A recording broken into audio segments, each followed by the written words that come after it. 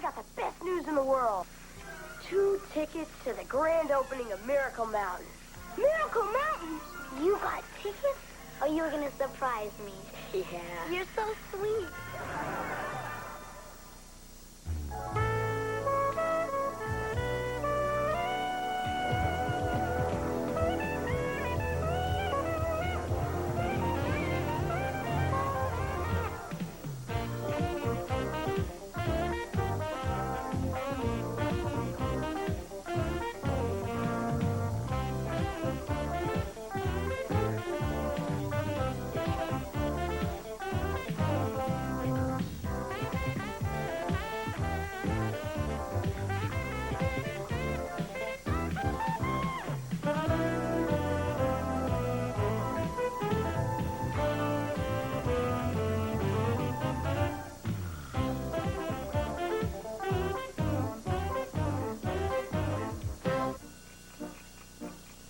Dear Pen Pal Danny, boy, was I glad when I found out you were a guy.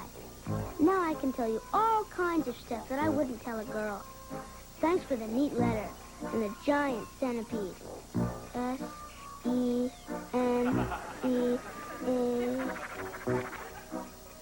Bug with a lot of legs. It croaked by the time it got here, but my grandma screamed anyways. I'm in the 3rd grade, I'm almost 4 feet, 4 inches, and even if I haven't catched my first wildebeest yet, I have wiped out 4,000 aliens and space invaders. You asked about my family, so here goes. I live in a pretty nice hut, and you don't have to leave the house to go to the... Well, you know what I mean. I live with my dad, brother, and grandma in a small village called Mayfield. I guess our family isn't much different than yours, except, well, in our tribe, Grandma's the chief.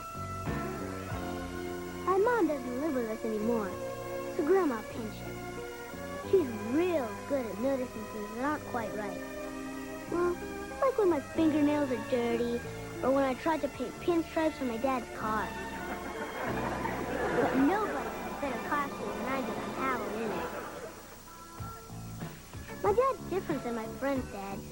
And even though we don't hunt boars so much anymore, we watch cartoons together. And he's never too busy to do something. Keep going.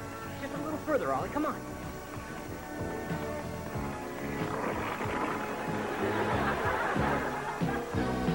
We almost have as much fun as when you and your dad tie those vines to your feet and dive off that tower.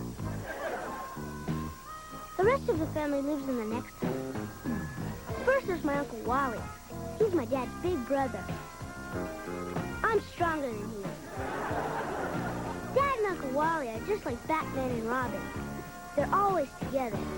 You know, like those 2 guys you have in your country, Congo Man and Umblock. Next black wire to negative side of battery. Great.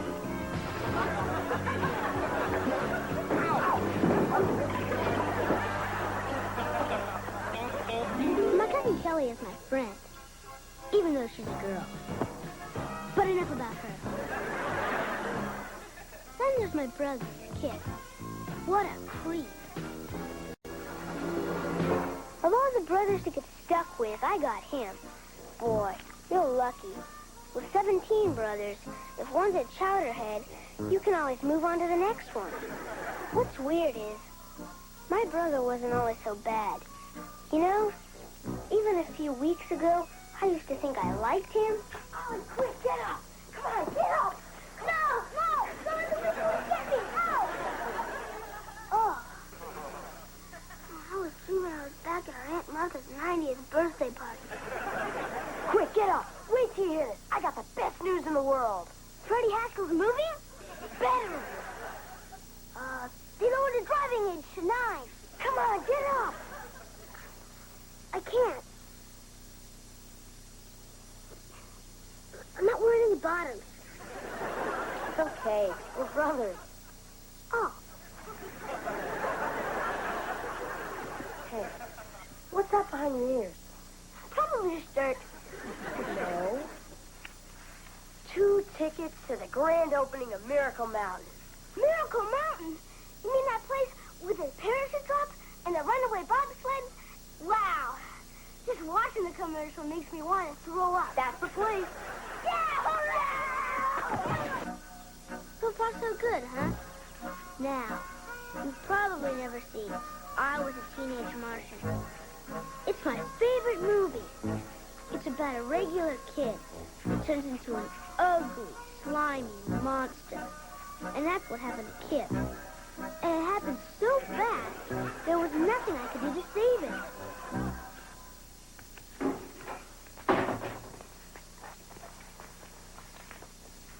What are you doing? Putting gel in my hair. How come? Sort of look good.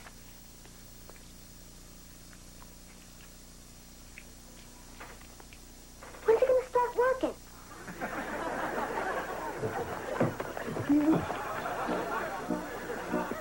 I thought it was bad, but I didn't think it'd come to this. That's all divided by Y. In this country, we have a strange disease that most guys fear worse than eating creamed corn. It's called girl.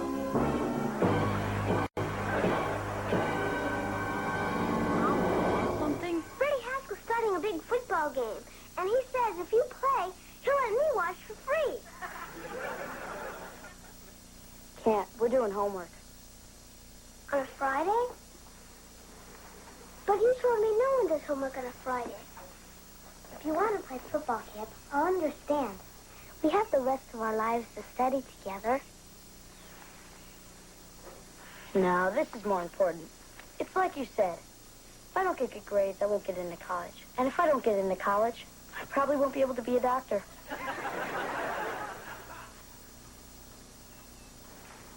You okay, Kip?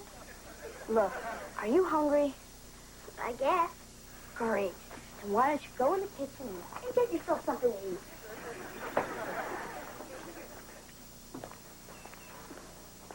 Good timing, Oliver.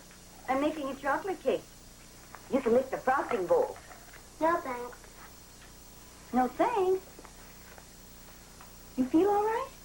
I'm okay, but I think something's wrong with Kip. Why do you say that? Because he's out there with some goofy girl. What makes her so goofy? Lots of things. She's always playing with her hair.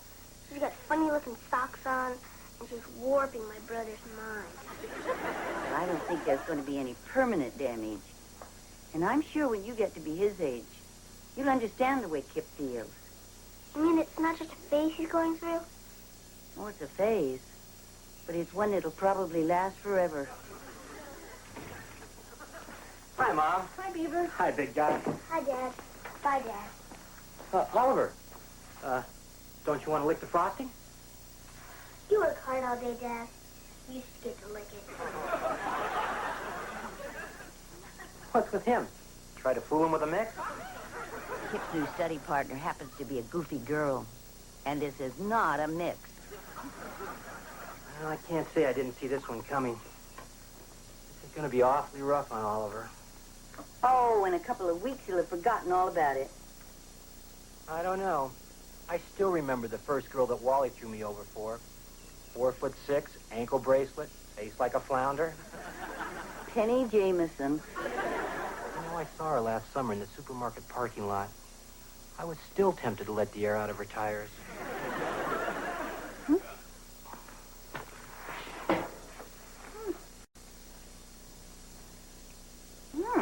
They don't know what they're missing.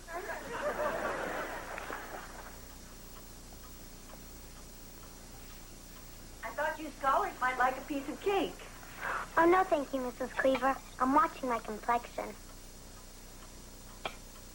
I guess that means I am, too. Well, guess I should have made a zucchini cake. Now, where were we? Did you hear that Frankie and Donna broke up? What a waste. They were going steady 2 whole weeks. Yeah. But since they have tickets, they're still going to Miracle Mountain together. Well, I don't blame them. Those tickets were real hard to get. I waited in line 3 hours. You got tickets? How come you didn't tell me? Well, you see, surprise me. Yeah. You're so sweet. Yeah.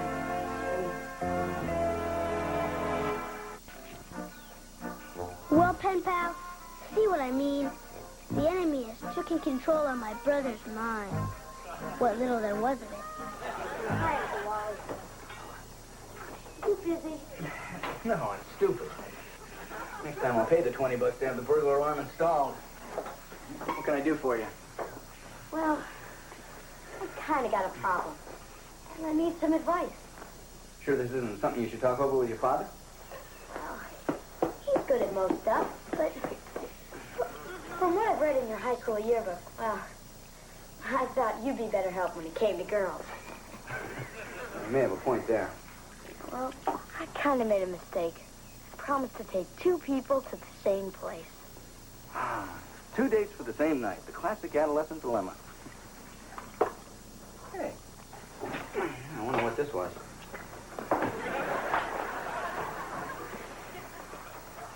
What am I going to do?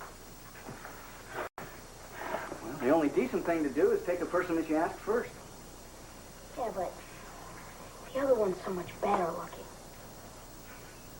Well, it sounds to me like you've already made up your mind. You don't want advice, you want approval. Can't give you that. But whoever you decide to leave behind, just be honest with them.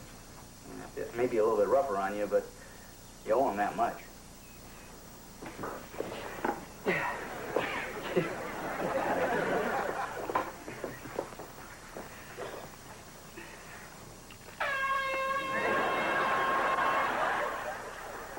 Hey, Ollie. Buddy. Pal. Friend. I got a favor to ask. Is this the kind of favor where I get blamed for something you did? No, it's nothing like that. It's about those tickets to Miracle Mountain. Boy, I can't wait.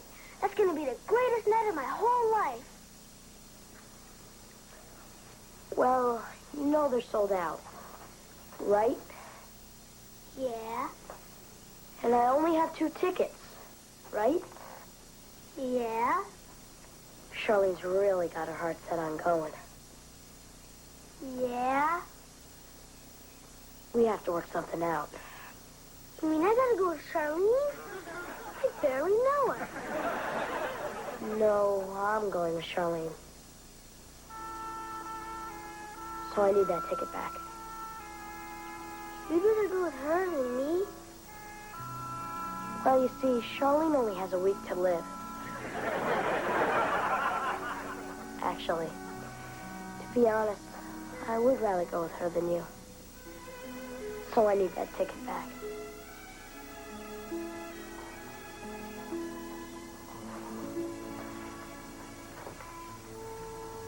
Are you sure?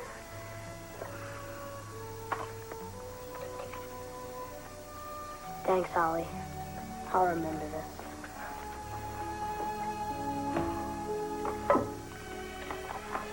Yeah, I'll remember it too.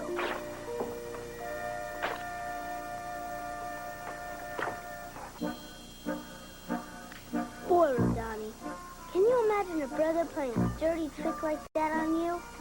I was really ticked off. I never wanted to see Kip again. My cousin Kelly did everything humanly possible to try and cheer me up.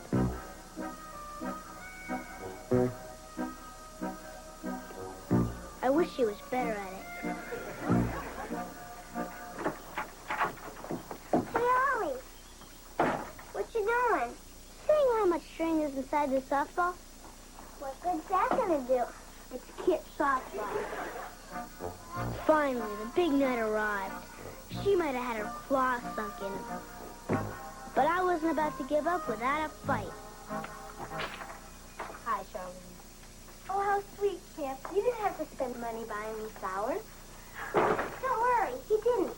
My grandma picked him out of the garden this afternoon. What does it matter? It's the thought that counts. I've been so excited about this, I can hardly believe we're going. Me too. We're gonna have to wait a few minutes. My dad lost his car keys. The last time we lost them, we almost missed Kip's ballet recital. Will you get lost? Oh, your little brother. They're so cute at this age. You must not have one. This is going to be such a great night. I never let this out of my sight. Yeah, I've been carrying mine around inside my shoe. That way I not only know where it is all the time, but I can feel it. Even though it smells kind of weird. Are you sure you know where your ticket is? Sure, I'm sure. Dad thought he knew where his keys were, too. Ollie, you did something with my ticket. I'll tell Dad who took a bath with a stopwatch. It's right here. You didn't touch it. I never said I did. You leave us alone now. It's my house, too. Oliver, your history. Dad! Hey, leave your brother alone. I'm finished getting dressed. Did you find your car keys? I sure did. They were in the freezer. How they got there, I'll never know. I wonder. Anyway, let's shove off. Kip, wait a minute, honey. I want to get a picture of you and Charlene before you leave.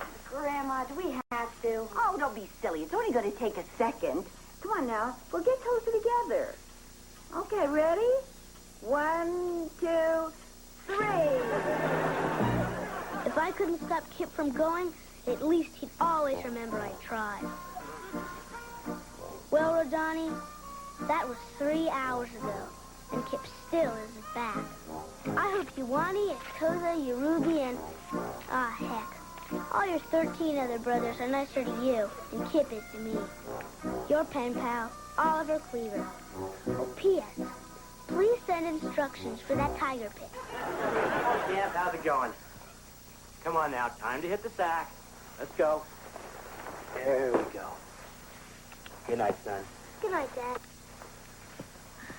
Dad, how come you didn't make Kip give me back my ticket to Miracle Mountain? Oliver, what Kip did was wrong. But if I made him give that ticket back, he'd have been doing the right thing for the wrong reason. But I still would have gotten to go. Yeah, but you wouldn't have had any fun because he wouldn't have had any fun. But how could he have been so mean to me? Oliver, it's kind of like you have two brothers. One good and one bad. One does all the things you want him to. And one would rather play with the other guys. Or girls. Exactly. But what you have to remember is there's a little good and a little bad in all of us. Give Kip a chance. I'm sure Charlene's not going to get in the way of what you and Kip have as brothers. Get some sleep, son.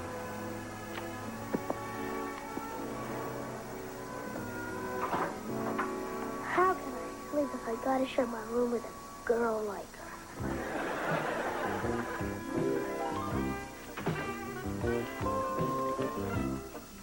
It was great. Good night, Dad. Good night, Grandma.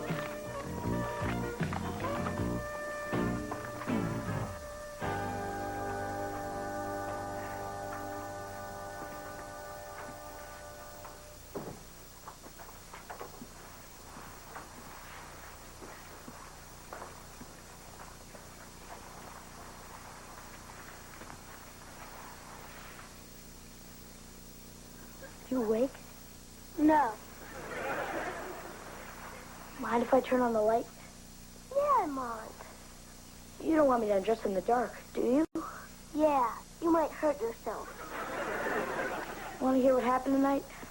I don't want to hear what kind of a great time you had with Little Miss Muffet. That's just it. I didn't have such a great time. Yeah? You get there, see? There's all kinds of awesome stuff going on. First thing she does is go to the bathroom and comb her hair for 10 minutes. Why would someone comb their hair and go on rides that would just get it messed up again? She didn't want to go on any rides that messed up her hair. What? She wouldn't go on the ones that don't mess up your hair because she's afraid they make her throw up. That's what they're supposed to do. She wouldn't go on the bumper cars, afraid she'd break a nail.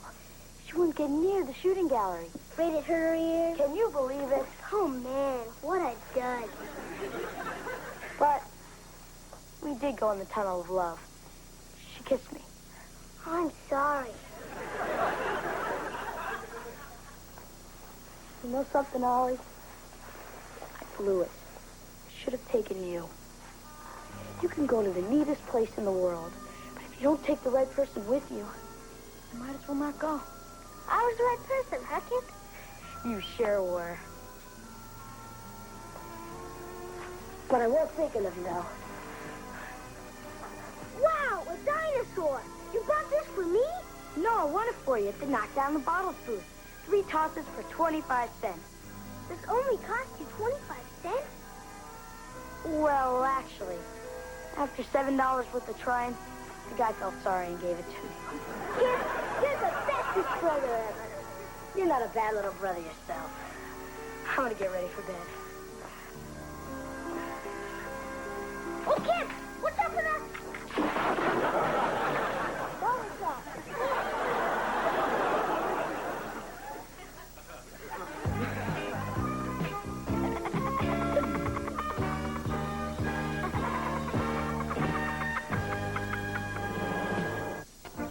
Dear Pen Pal Donnie, you asked me about my family, so here goes. Let me tell you about Kip. He's more than just my brother. He's the smartest, bestest looking, coolest brother a guy could have. And I wouldn't even trade him for 16 other brothers. We like the same junk. We do everything together. Next week, he's even taking me to Miracle Mountain.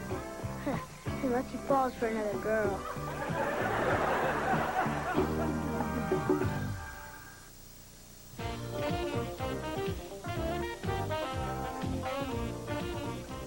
Tune in for the musical wizardry of Quincy Jones and listen up. He's got something extraordinary to say about his world. Cut tracks to the hottest sounds around with YTV's Rock and Talk tomorrow night at 6:30.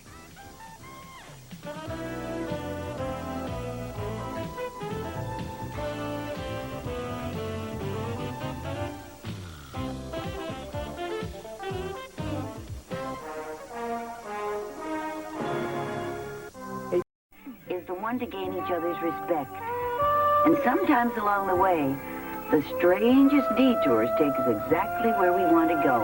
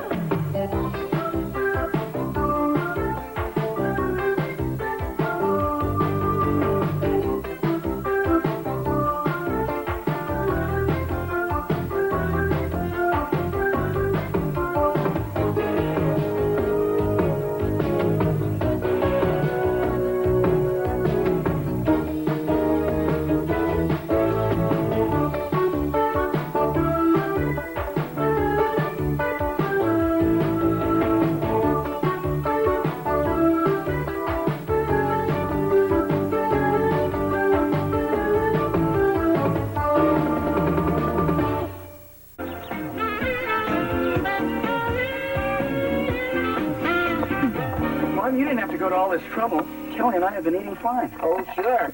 I know the way you and Kelly eat when Mary Ellen visits her folks.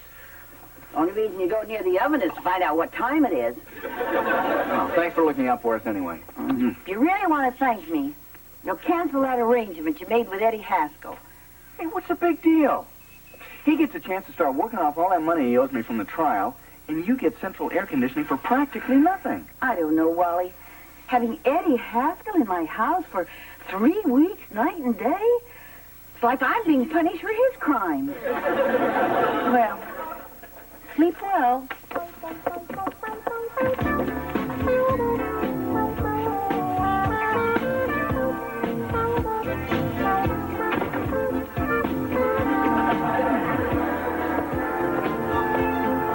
Hi, Dad. Can I have a pony? I don't think so. How about raising my allowance a quarter a week? Nice try, hon. Well, it worked for JJ. You mean she really got a raise in her allowance that way? No, she got a pony. Yeah, come on in. Hi, guys. Hi, Kip. Care to join us? No, thanks. The reason I'm here is, well, a power line fell in Dickie Sokolsky's dad's car, and he's okay. Except he can't remember anything about baseball. Or Dickie's name. So we sort of need a new coach. How about it, Uncle Wally? Look, as much as I'd like to, We're already in the playoffs, and if we win our next game, we'll probably be playing Freddie Haskell's team for the championship. well, I'm flattered that you asked me, Kip, but, I've given up coaching for good, I'm afraid. What? It was my soccer team that put him over the edge. We didn't win a single game. Even the fish market took their name off our jerseys. I'm just burnt out. My work suffered, I neglected my family. But most of all, he hates to lose. So I think you're just going to have to keep looking. Hey, can't your dad do it? My dad? The Beaver? Well, sure. He knows the game inside out. I know he played when he was a kid. But you went to spring training with the White Sox. But he's your father. Kip, a game only lasts a couple of hours. But your relationship with your father, that's something that lasts a lifetime.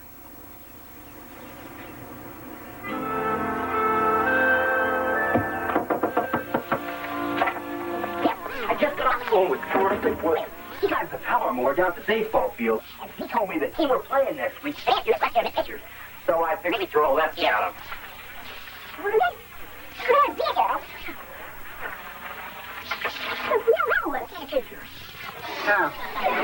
Maybe we could trade that little fat first baseman for one. Can't trade it, Ali. Well, I'll have to think of something else. Dad, can you come outside now? Well, in a minute. I'm talking to your brother right now. In the shower? I'll be out in a few minutes. But Dad! In a minute, son. Dad, I'm very glad you're going to be helping the team. Oh, thanks, Kip. You know, this may sound dumb, but when you get to be my age, well, there's not much father-son stuff a guy can do without your friends thinking you're going soft on them. I know. That's why I'm glad you asked me. Okay, Ollie. We can play now. No confident, Dad. You see, I was getting my lunchbox out of your car because I left half a Twinkie in it, and the next thing I knew, it kind of rolled into the street. Well, I hope you didn't eat it. No, Dad. Not the Twinkie. Your car.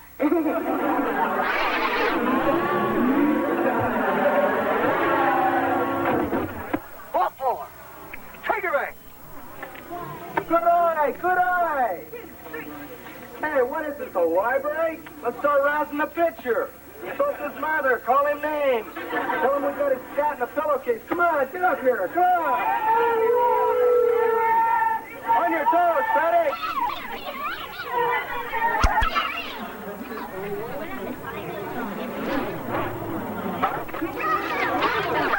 Freddie, all right there.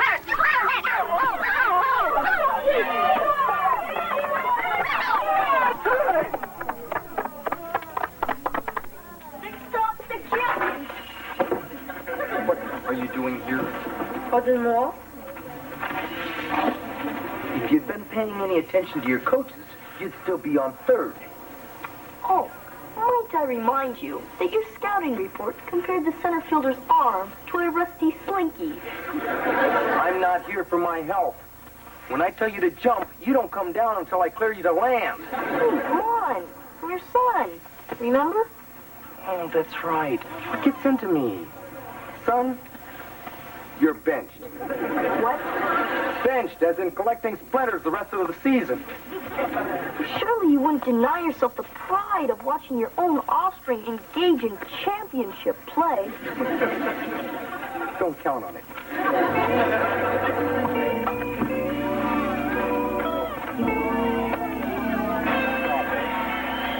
Big hand off. Green, come on. Yeah, come on, Coach. Now do you think it's time to go back to a four-man? 35-yard.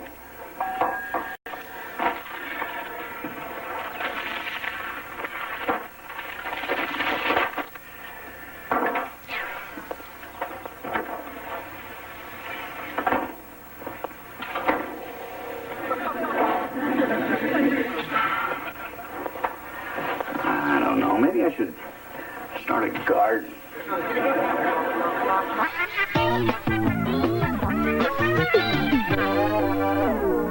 And we'll put the trophy over the fireplace.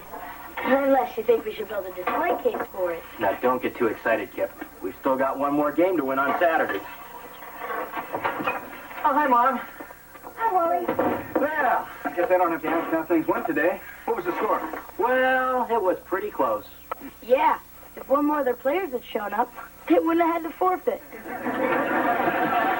Well, good afternoon, everyone. I'm making a little party to ease the sting of defeat.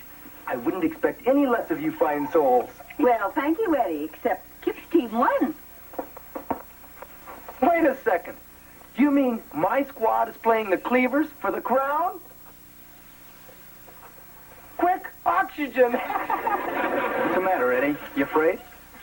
Of what? I've seen better teams pulling sleds. Things are different since my dad started managing us. Oh, that's always been my dream. To match wits with a guy who got stuck in a giant soup bowl. They might as well start engraving a trophy right now. Don't worry about him. All talk, no action. I got away. Last month he beat us 26-3. Maybe it'll rain on Saturday. Well, it's a good thing your father isn't here to see this. What are you talking about, Mom? After all the times that Eddie Haskell has manipulated you, misled you, taken advantage of your good natures, do you honestly think you can't win that game just because he says so? Mom, there's no point in starting with Eddie. Nah, you just can't win with a guy. Same with Freddie. I don't want to hear this. Look at you, Wally. You're dying to be in that dugout with your brother. You're so afraid of losing, you won't take a chance of going in there and trying to win. Beaver, wouldn't you once just like to button that Eddie Haskell's lip? More than anything. Well, then start acting like Ward Cleaver's boys and get out there and kick their fannies.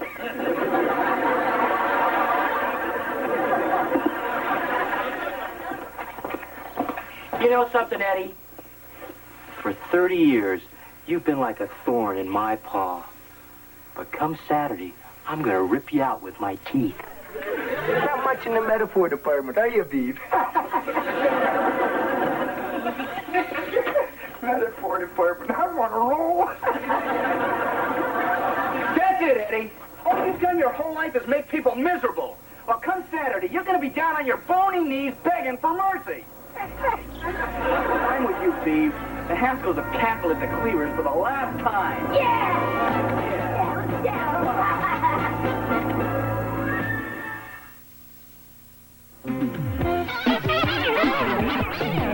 Next time. Yep, floor works good now. Tips you squirt. Well, Mr. Haskell, what a coincidence finding you here.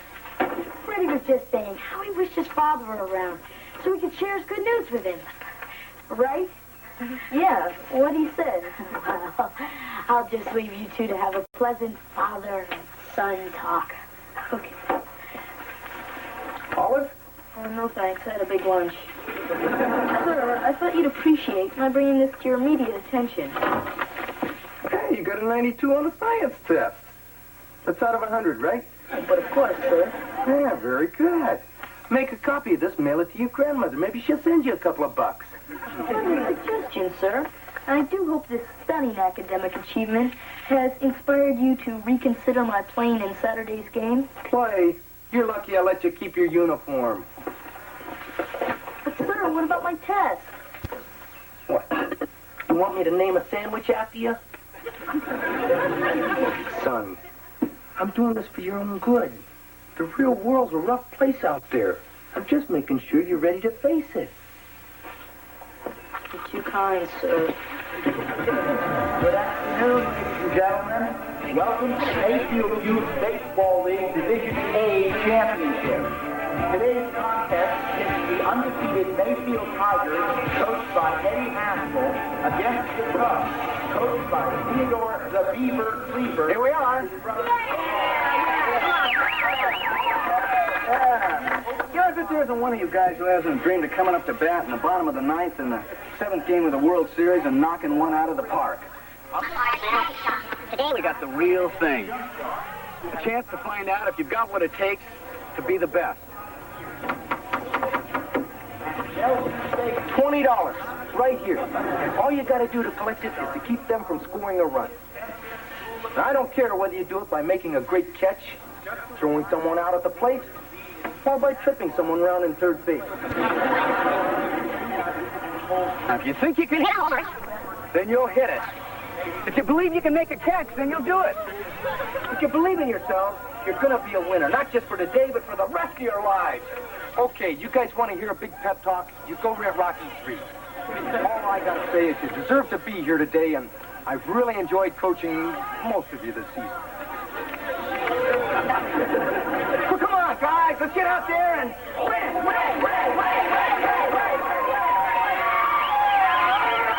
Okay, starting lineup. Freddie Haskell. Yes, sir? Go get my chapstick out of the truck. Okay, pitcher, Nelson. First base, Scheinberg. Second,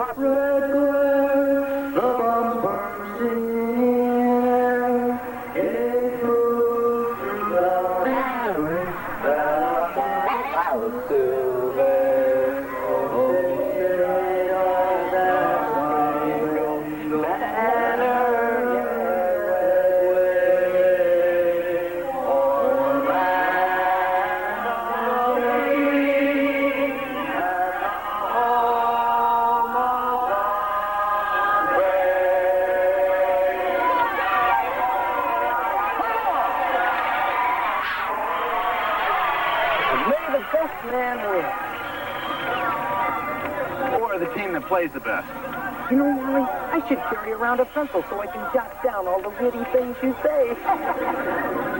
No wonder his mother joined the Merchant Marines. Come on, let's go. Come on, guys, let's go.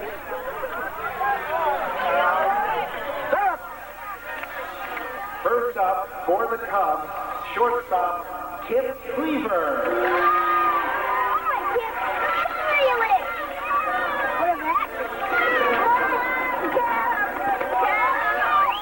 Wait for it. You can do it. You can do it. Come on. Here we go. Here we go.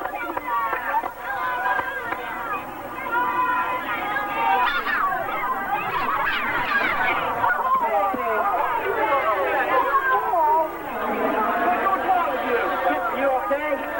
I'm okay, Dad. Hey, Eddie. That was intentional. Yeah, and so is this. Come on, let's go. Come on, Kip. Let's get it now.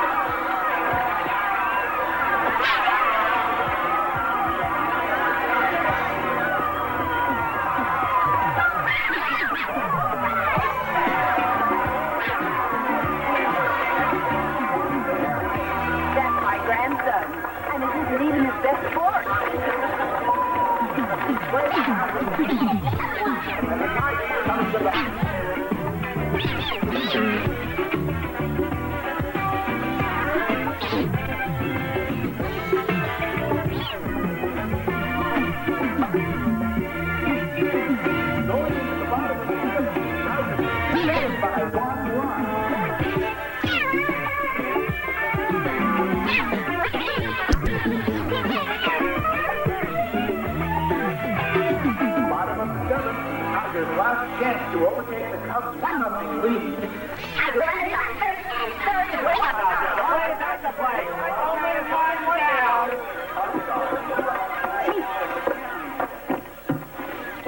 Hey, Roberts, where do you think you're going? You're up to bat, you lunkhead. Look, Coach, I'm really late. I got split. So what's more important than this game, pray tell? My great aunt's funeral. So another 5 minutes won't make any difference to her.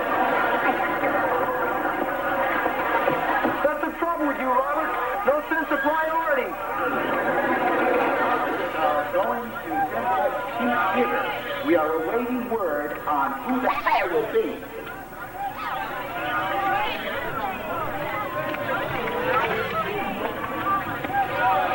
Hey, McGregor. Yes, Coach? How's the arm? Sir, what length will you go to prove a point? Why don't you call your brother in military school and find out?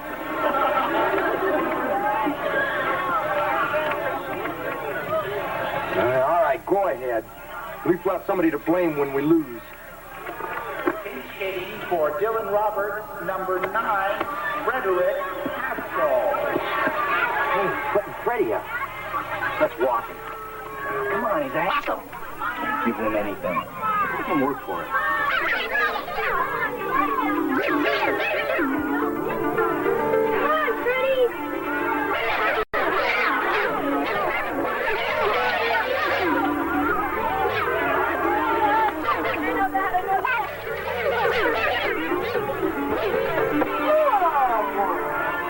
Hit the ball, it's not going to hit your back.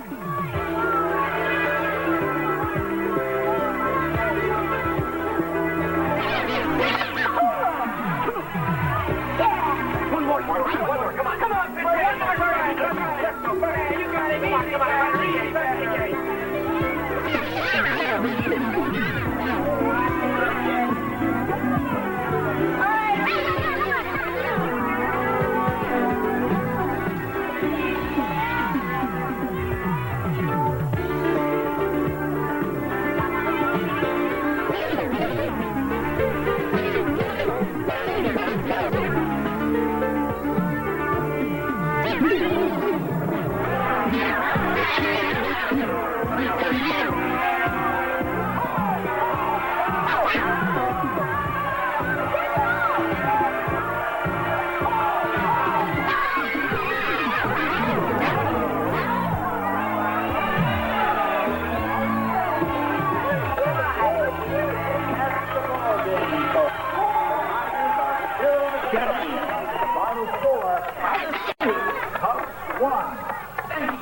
For coming. Sure. That's not true, honey. Takes men together and makes me hard together. And then they blew it. Dad, you won. Well, you expected to lose? But tell the guys we're going for ice cream and see if some of the romance can pop up some dinero for a change. Ready? Freddie, wait.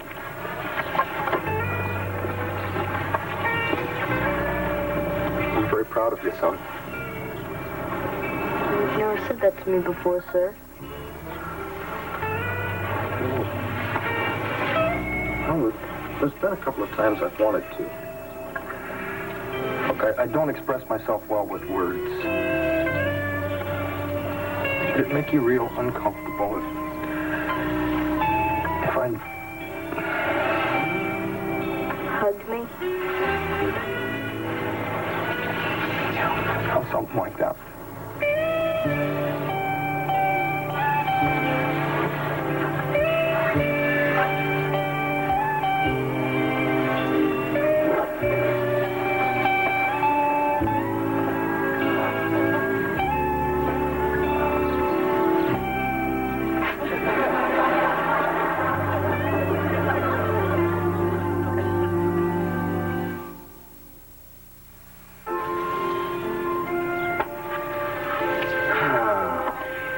Should have walked him.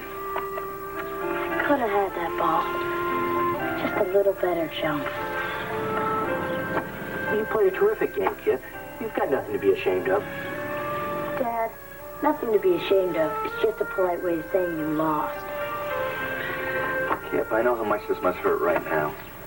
But every day the hurt's going to be a little less, and pretty soon you're not going to believe you ever could have felt this way. It's really true, Uncle Wally.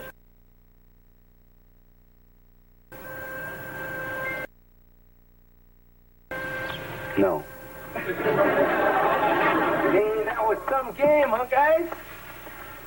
Go ahead, Eddie. Start gloating. I'm ready. Hey, what are you talking about? Your team was in control all the way. And we just got lucky. Sometimes that happens with a better team. Could have gone either way, guys. Yeah, you guys did a great job with that club. You deserve the trophy, not us. No, you guys went fair and square. That was a great hit, Freddie. Not like the ball you put out of the park. Did I see your dad hug you? No, I was just choking on a piece of hot dog. Hey, why don't you guys invite your team to join us for some ice cream? My treat. Well, that's a nice gesture, Eddie, but I insist on picking up the tab. Okay, if you insist, then thanks, Coach. See you there. What a rotten trick. Turning into a good sport. Now I can't even get the satisfaction of hating him. Yeah, you just can't win with a guy. Oh, well. Maybe next year.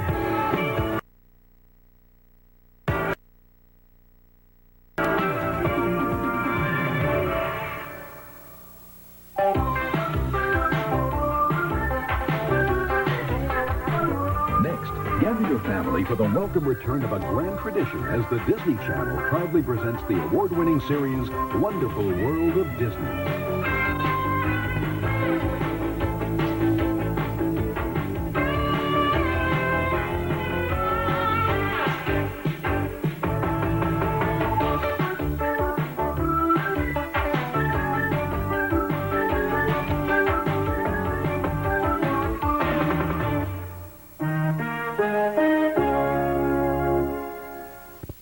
Leave it to Beaver. No, Kelly.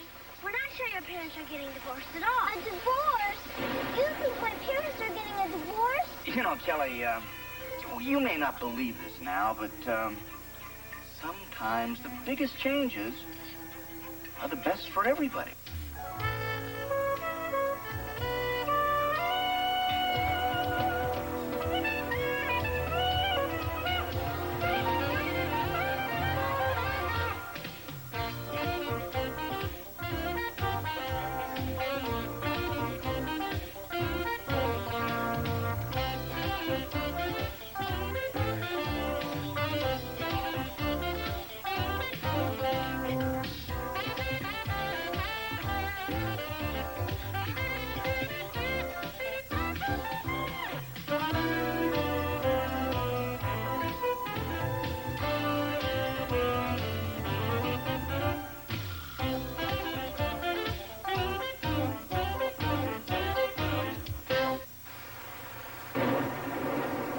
Thanks for the granola bar, Ollie. You want another one? I don't like them anymore since I found out they're good for you. Look at this rain in my hair. I can't walk into school looking like this. Why don't you put on your poncho and keep it dry? Hey, I'm in the 8th grade now. If I walked in with this thing on, you guys would be giving me the business for months. Have any granola bars left, Ollie? Your mom's still not cooking, huh? No. And I hope she starts again soon. I can't take Dad's little black bacon bits much longer. She sure has been acting strange. Probably the weather. I haven't felt much like cooking either. It's not just cooking. She doesn't eat with us. She goes to bed early. And she's cranky like the mothers on the headache commercials. Your mom goes to bed early, huh? Way before Dad. Before they used to sit on the couch after dinner. And he'd nibble her ear and play with her toes. But they don't do that gross stuff now.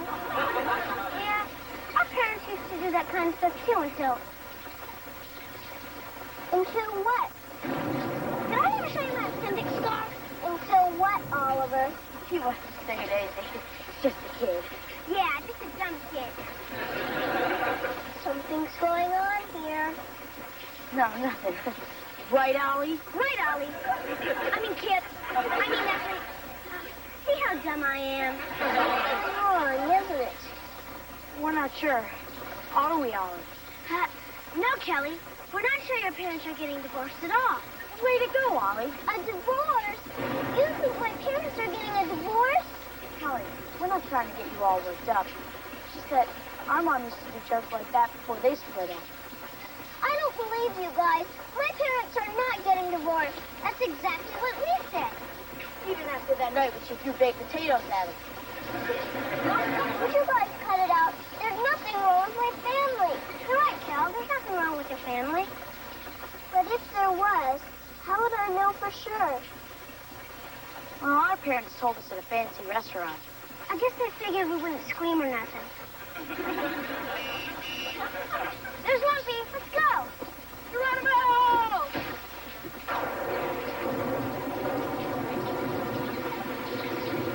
Hey, come on, Cal. What's the matter? Mom and Dad said that we were going someplace fancy for dinner tonight.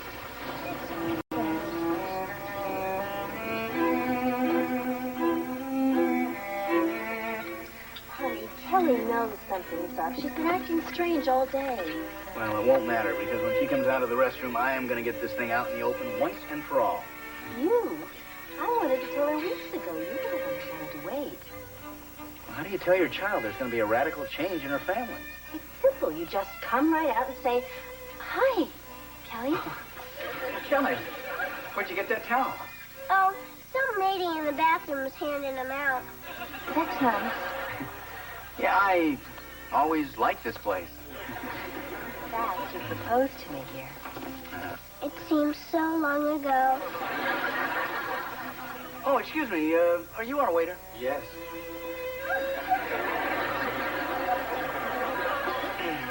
They're very busy here. Well, what looks good to you, honey? Oh, I don't know. Maybe we should have the family special. Why bother? Oh, excuse me. We're ready to order now. Good. Look at her all dressed up. She's such a big girl. Yep, she's our big girl, all right. Our big girl. In fact, you're such a big girl that we can talk to you about anything now. Because you're such a big girl.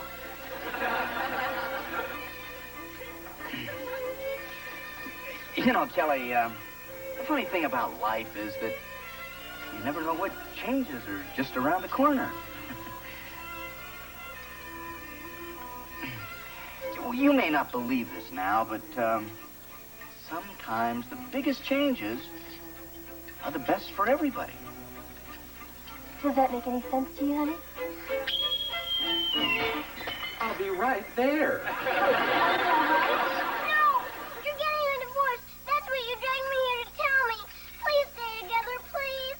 A divorce? No. Now, Kelly, Kelly, honey, we brought you here to tell you that we're going to have a baby. A baby and a divorce? How many lives can you ruin? Really, I don't know where you got that idea. Your father and I aren't going to get a divorce. We love each other. You mean you're really going to have a baby? Yes. It's pretty exciting, huh? It sure beats getting a divorce.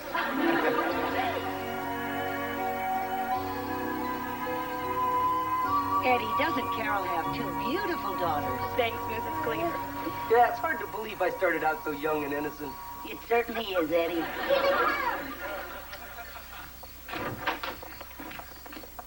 Surprise! What's going on here?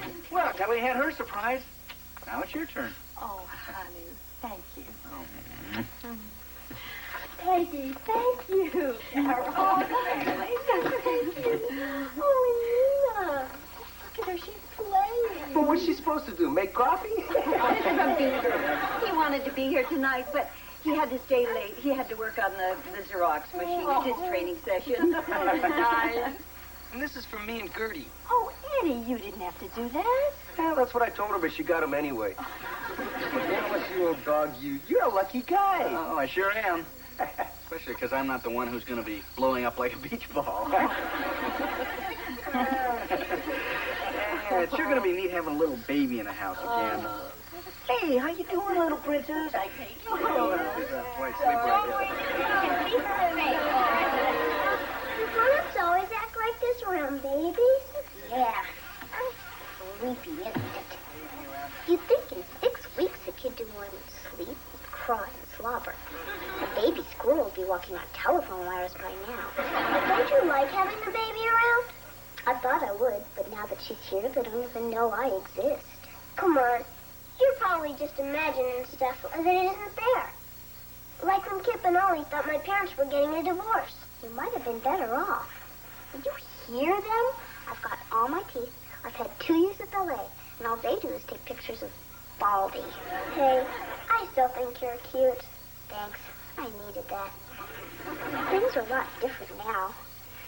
Mom and I used to do things together, and I'm nothing but a built-in diaper changer. And by the way, make sure that it's the disposable kind.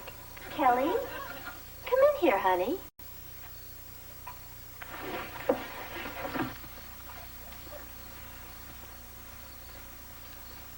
Come on, sweetheart. Sit down here. Here, I want you to see how much fun you're going to have. I'm not sure about this, Dad. Oh, now come on. Don't be nervous. She won't break. Isn't that adorable? She's going to make the most wonderful big sister, our big girl. That's right, kid. When the Cleaver egg hatches, you're going to be punching in full time. They're going to have you changing and feeding and babysitting. Yeah, if you're lucky, they'll give you a few hours off at Christmas. Mrs. Morgan, will you take her, please? Sure, Kelly. Thank you. Kelly, sweetheart, where are you going? I'm a big girl. I can go wherever I want.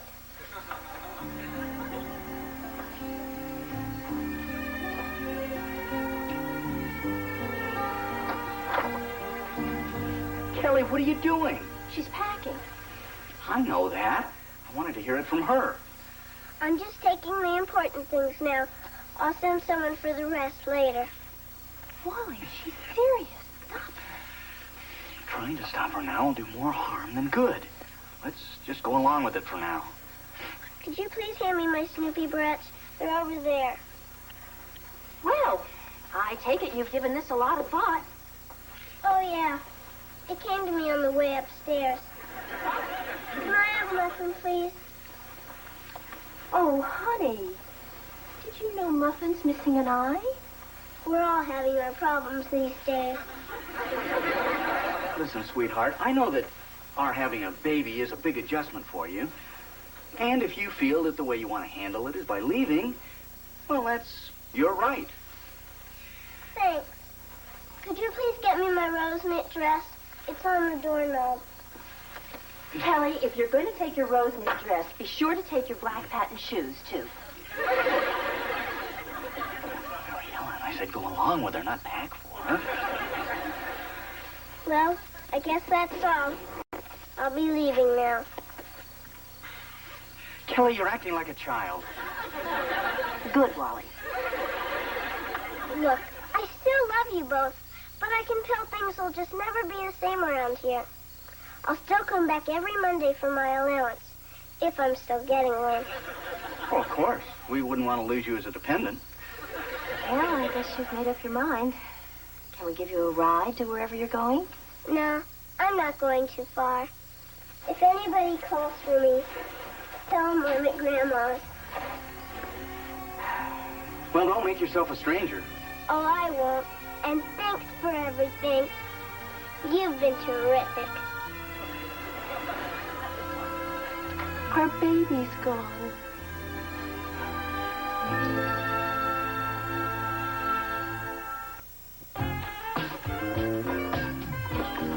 Mom, eggshells have protein, don't they?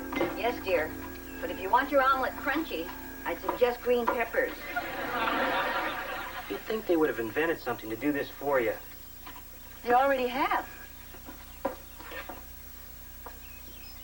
It's called a mother.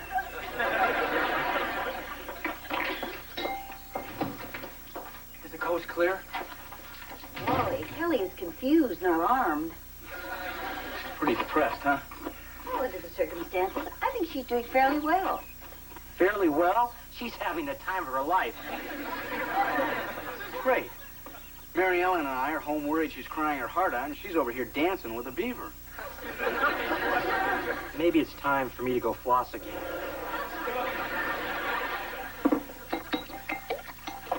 All right, that does it. Enough of this liberal 80s parent garbage. Fine. What do you propose to do about it? I'm going to drag her home whether she likes it or not. I guess you've forgotten that 2 days after we brought Beaver home from the hospital, you tried to trade him to the Donaldsons for their cat. I always liked Puff Puff. It took you a long time to accept having a younger brother. You can't expect Kelly to adjust to it overnight. Well, I just wish she'd adjust to it at our house. Let her stay here for a while. She'll come home when she's ready. And when she does, make her realize that the baby is a blessing, not an intrusion. Let her help you pick out toys and furniture and even select a name. Thanks, Mom. You know, we should have just let you tell her in the beginning.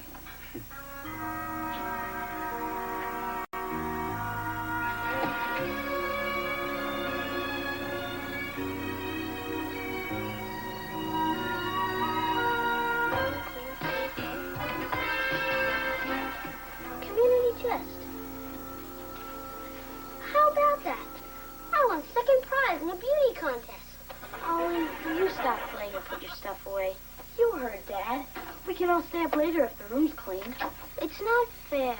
No matter how late they let me stay up, you'll always get to stay up later. Look, Ollie, if you let me out of jail, I'll help you clean up. Deal. 2 more minutes left. Dad, how come Kip always gets to go to bed at 10:30, and I gotta go to sleep the same time the kids in Hawaii are eating lunch? Oliver, we've been over this before. Kip is older than you. And when you get older, then you can have more privileges. He gets all the privileges. Time's a wasting, guys. If you meet your deadline, then you can each stay up a half hour more than usual. Oh, and may Allah be with you. Hurry, Ollie. Then we can finish our Monopoly game. Yeah, and I can stay up later and watch videos. You don't even listen to the music. You just watch the girls. What a dodo. You're just jealous. Will you move it? Maybe I don't want to. And I'll do it. I want to stay up. Time's up.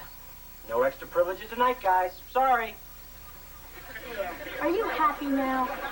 You're such a baby sometimes. I'm not a baby. You're right. You're a grubby little infant. Yeah? You're a goofy cloud of nothing. Baby, baby, baby. Ow! Get Uncle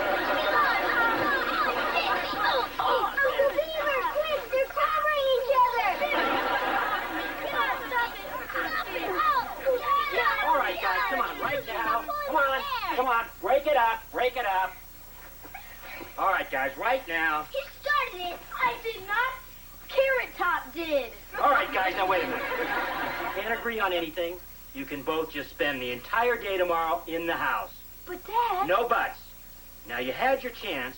Maybe next time you can take advantage of it. Thanks, Ollie.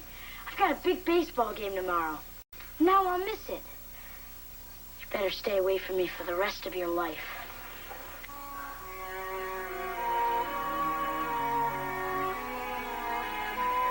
Boy, I felt sorry for Kip. Now I'm positive I don't want a brother or sister. All they do is cause trouble. Well, sometimes they do. They can be a lot of fun, too. I'd rather have a dog, and I'm allergic to those. Probably your brother or sister can be the best friend you'll ever have. So can a dog. That's what they're known for. Dogs are nice, but a brother or sister, they can talk to you and share their toys and their secrets. They'll even eat your lima beans when your folks aren't looking. Thought you might like a little bedtime snack. Thanks, Uncle Beaver. Kelly, there's an awful lot of love in your house. And, you know, just because your family's getting bigger, it doesn't mean that there's any less for you. You know, Grandma, I like the way you try to cheer me up. even when it doesn't work. Well, you can't blame me for trying. Dad, Yes, Oliver? I have a confession to make. I started the fight upstairs. I also didn't clean up my half of the room when I was supposed to. Is that true, Kelly? Kip? I never meant for you to miss your game. And I just got so mad because I'm not older. And it's not your fault. Well, Kip, I guess you can play in your game tomorrow. And stay up a little bit later tonight. Hey, great. Thanks, Dad. And thanks, Ollie. It takes a real man to admit what a creep he's been. Aw, thanks, Kip. Does this mean I don't have to stay away from you for the rest of my life? Sure. You know that $5 I owe you? Yeah? Well, here's one of them. What a guy. Dad, am I still grounded? I'm afraid you can't wiggle out of that. But I'm very proud of what you did tonight. And I'm going to make sure you get back those other $4. Well, I guess the least I can do is go upstairs and pick up the stuff that's getting moldy. Wait a minute. I'll give you a hand. I love this father-son stuff. Boy, Ollie sure was brave. Sure was. I wouldn't touch any of this stuff under his bed. No, I mean about admitting what he did. Once in a while, a little goof will really surprise you. He was mean to you, and he got so mad at you. I sort of don't blame him for being mad. I do have it better because I'm older. He still does a lot of nice things for me, though. Like what? Well, once he wet my towel for me, so Dad thought I already took a bath. Really? Yeah. Then last year, when I wiped out on my skateboard and broke both arms, he brushed my teeth for me. I guess a younger brother could come in handy. Especially when all my friends are busy. I always have Oliver to goof off with. He'll do lots for me if a friend wouldn't. Like that $5 he loaned me 3 years ago.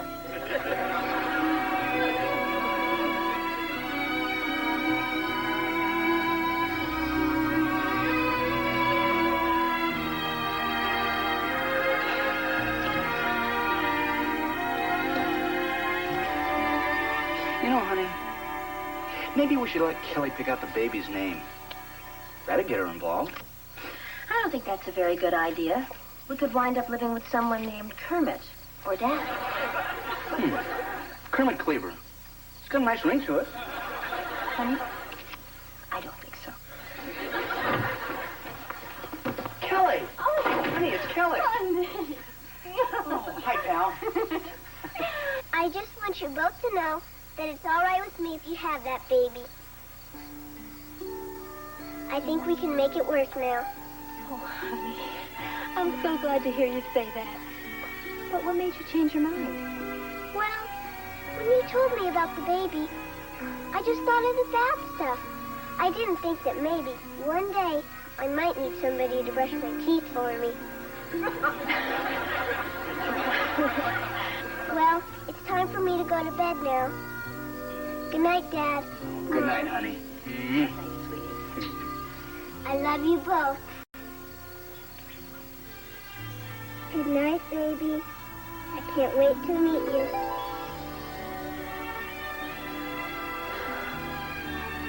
Oh, come here, you. We're glad you're here. Oh, you you know bet.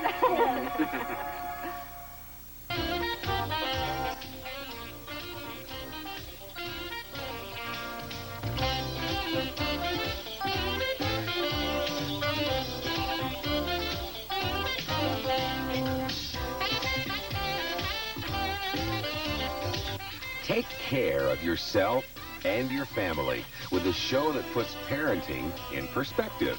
Join Debbie Van Keek.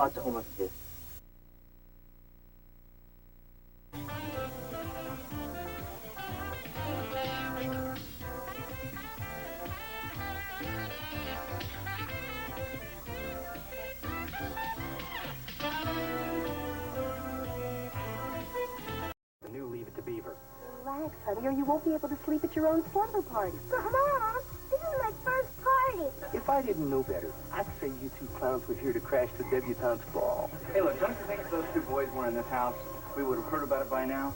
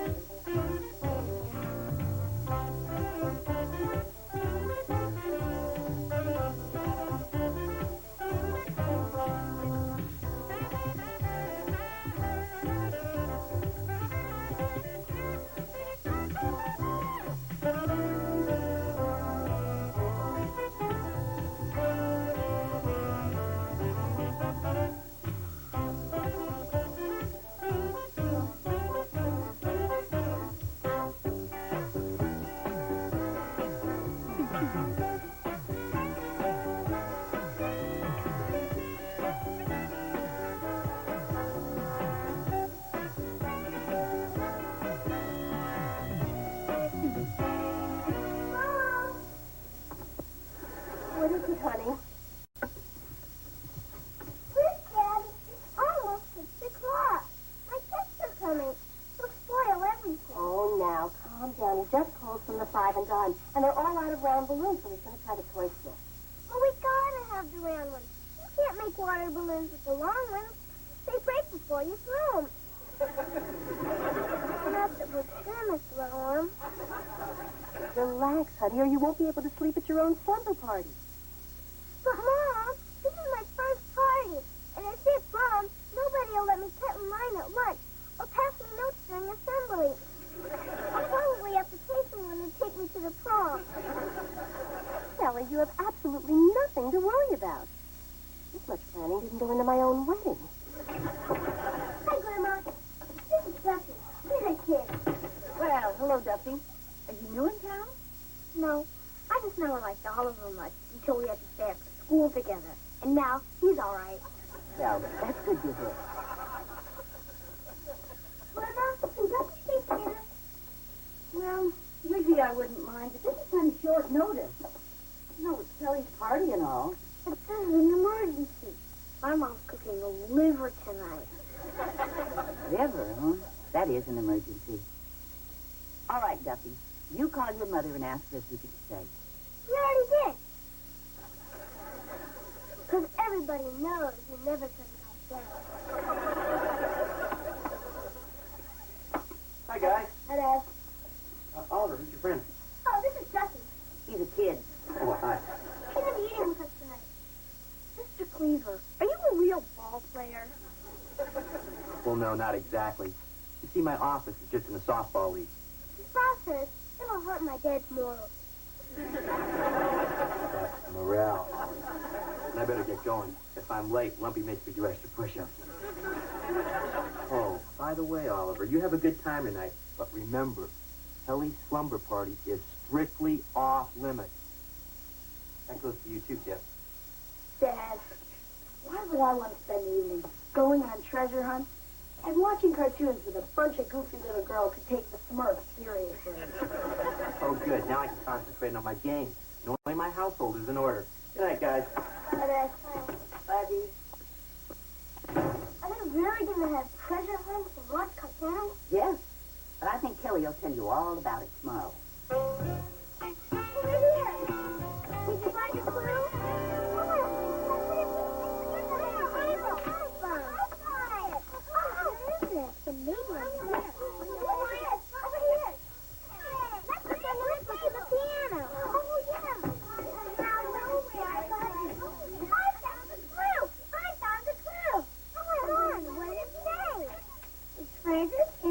Something that begins with the letter C.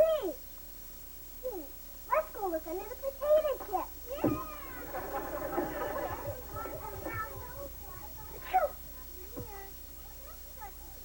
Hi, Heather. How are you?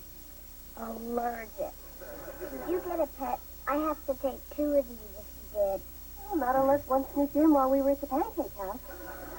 Well, I better check them anyway, just in case any of your pillows got duck feathers in them.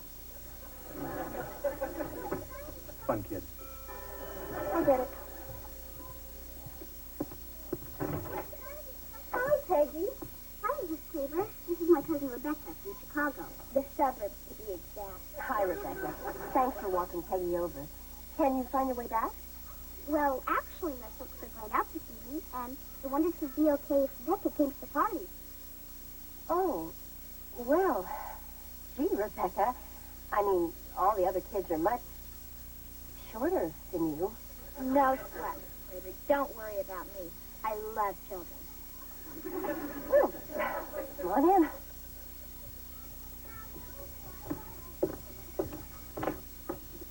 Kelly, honey, this is Rebecca. This is Peggy's cousin from Chicago. Would it be a problem if she stayed for the party? I guess not. Well, it just means you get 9 little weenies to eat instead of 11. No problem. I don't eat meat. It trashes my figure. Well, come in. We're having a treasure hunt. If you look under stuff to start to see, you might find a prize.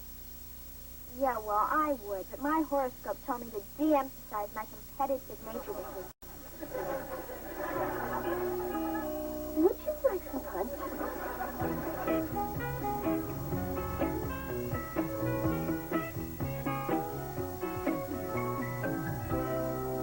Pretty fun game, huh, Ducky? Yeah, fun. Who's winning anyway? I don't know. I stopped keeping score an hour ago. Who's winning then? It was either you or me. It was 279 to 263 with Duffy in the lead. Thanks, Skip. Don't mention it. What do you want to do now? I don't know. What do you want to do? You want to throw rocks in the dryer? I know. We could pretend we're space rangers, stuck on the planet Rilo, surrounded by thousands of giant, angry lizards. Nah, we did that yesterday.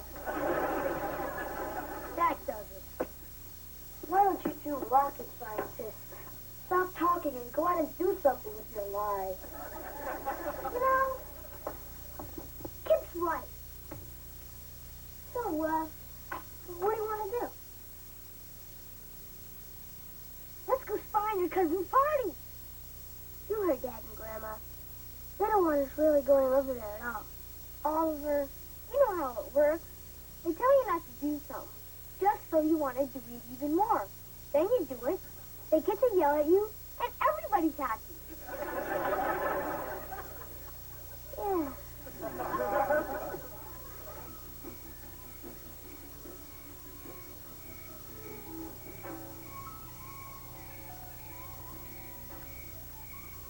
Duffy, I really don't think we should be doing this. We're not doing anything wrong. We're just trying to find that frog. Not Law's fault he came over here. But you didn't have to throw him in this direction. I didn't throw him. I read about these rare flying frogs, and I want to see if he was one of them. Look. There he is. Oh, my, we got him. Yeah. Come on, Oliver. Your dad said we couldn't go to the party, but he didn't say we couldn't look at it. I suppose it would be okay. But we better forget about what we saw as soon as we get back. Okay, go take a look. Oh, wow. If it isn't the Junior Neighborhood Watch. Mr. Haskell, what are you doing here? I have a standing invitation to Casa de Keith. And besides, some little tyke lost her retainer down a drain, so they call me Wally Chief to pay a plumber. Now, what's your excuse? Oh, we caught a frog. Isn't he a beauty? And he can almost fly, too. Want to see? Maybe later. If I didn't know better, I'd say you two clowns were here to crash the debutante's ball. No, Mr. Haskell. The frog story we made up is true. And I suppose you're going to tell me you haven't been upstairs to short sheet the bunks yet? No way. What am I talking to here? 2 healthy American boys or a couple of meter maids? You're missing out on a chance for some serious fun here. I remember at the 8th grade sleepover, your Uncle Wally and I got Beaver to sneak over to the girls' side and put mayonnaise in the sleeping bags. Gee, really? Dad and Uncle Wally really did that? See, they're still talking about it down at the dry cleaner. You just got a frog, and you got a bunch of girls. You can't waste a perfect combination like that. It's unnatural.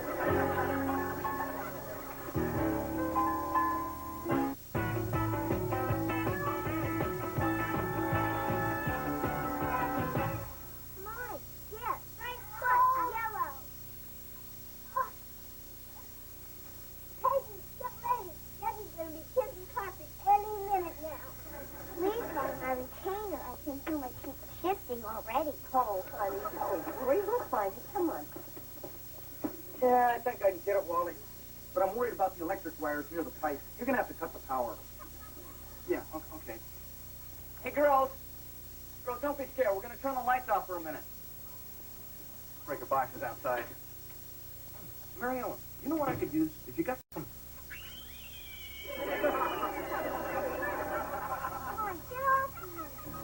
Mary Ellen, have you got some rags? Here, hold on a sec.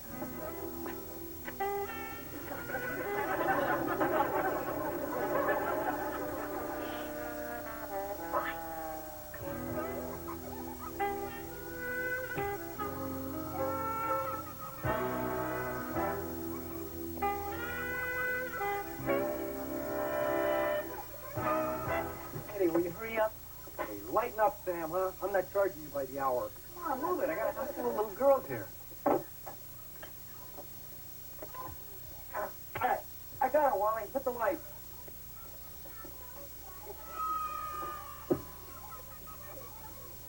Thanks, mister. My mom said if I lost another one, I'd have to pay for it myself.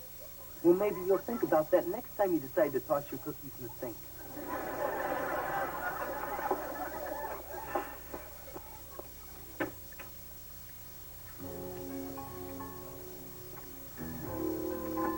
Wow. Look at all this gold junk. Yeah. Have you ever been alone in a girl's room before? Once. But I was with somebody. Well, this is fun. Let's go. What's behind me? You heard what Mr. Haskell said. This is a night people are going to remember long after they've forgotten about it.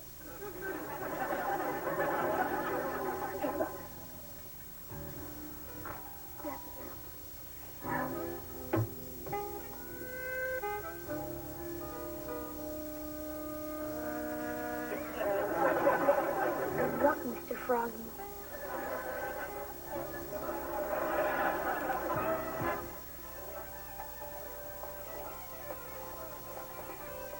Who's that hairy guy with the guitar, Rebecca? That's drummer. Isn't he a hunk? Yeah, a hunk. What's a hunk?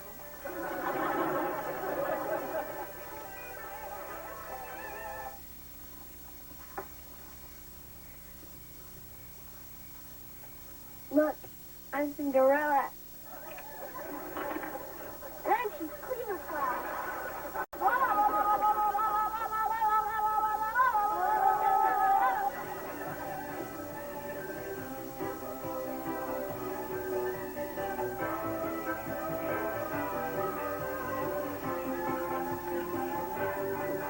Honey, come here. You've got to do something about Rebecca. Well, honey, I think you're overreacting. She's different than the other girls, and I find her interesting. Do you remember the song, It's My Party and I'll Cry If I Want to? You would cry, too, if it happened to you. I'm on the case. Okay, girls, showtime. Yeah, I think you're going to love this. What is it? Is it a concert? Well, no, but there's a lot of good music in it. Oh, excellent. You got Rocky Horror. Oh, well, it's sort of a horror film.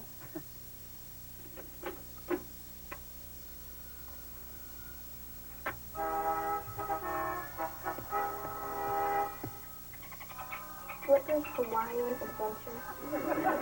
Don't worry. It starts a little slow, but it really picks up when he gets caught in the tuna net. As much as I love camp classics, I think I'm going to go upstairs and do a number on my hair, if that's okay with you, Kelly. Oh, sure. Go ahead. No problem. Can I have mine, too? That's cool.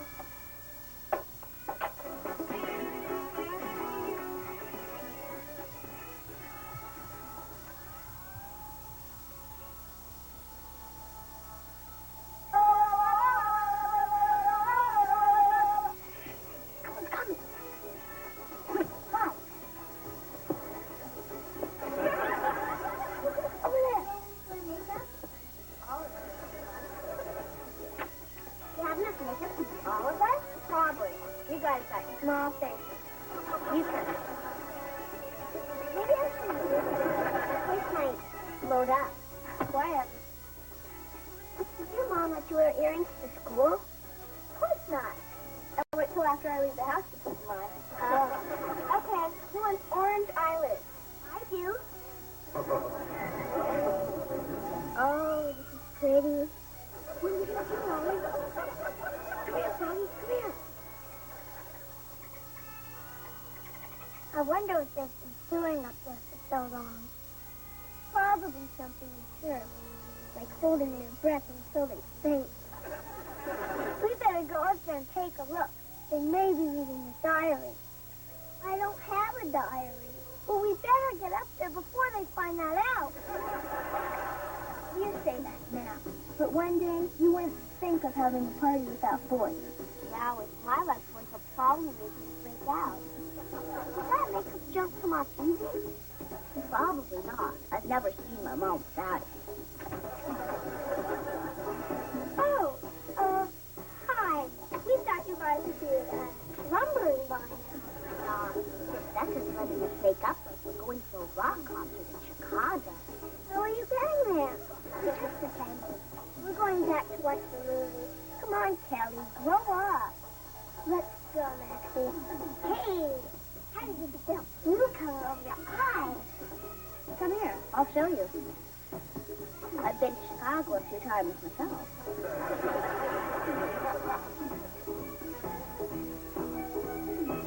Rebecca, can you do something for me, too? Sure. Why don't you start by doing something with that hair? My hair? I don't know. No problem. If you don't want to do this, just go back downstairs and see how the big fish is doing. What'd you have in mind? Let's just use our imagination.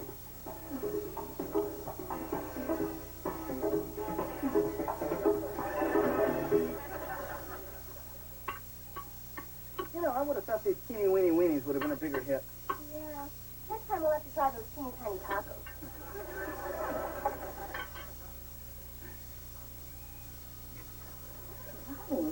You're a little sensual now. That's exactly why I'm kissing you in this room. There, I think I got it. Why don't you see if you can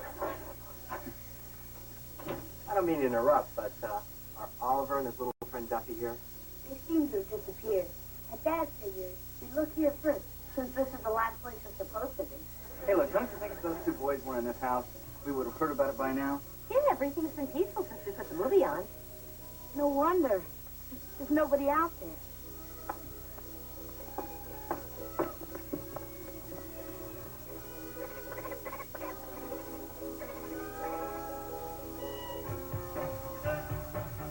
That is so old. I love it. Wow, Kelly, you look different. I know.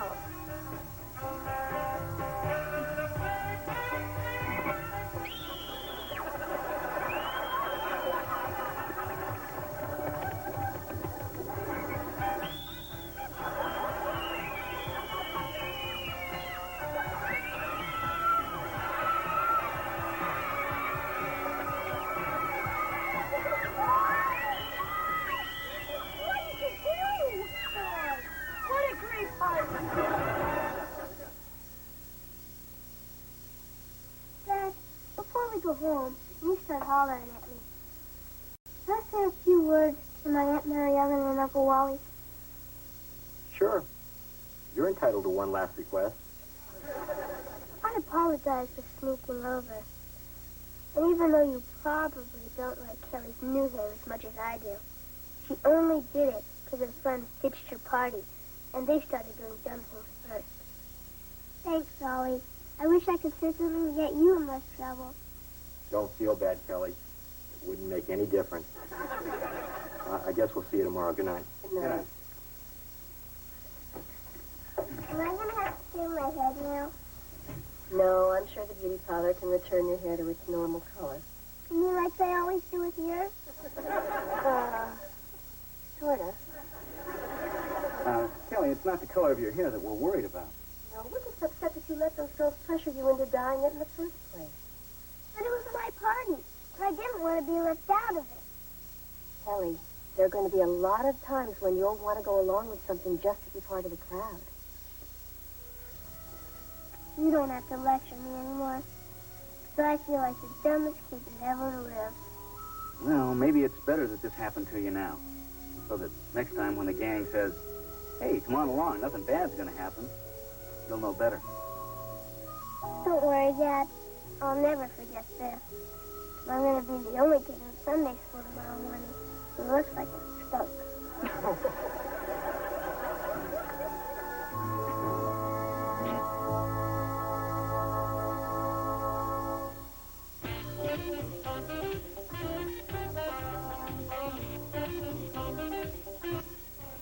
Cool pool, bulletproof.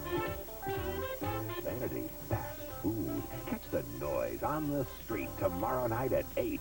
Street Noise, only on YTV.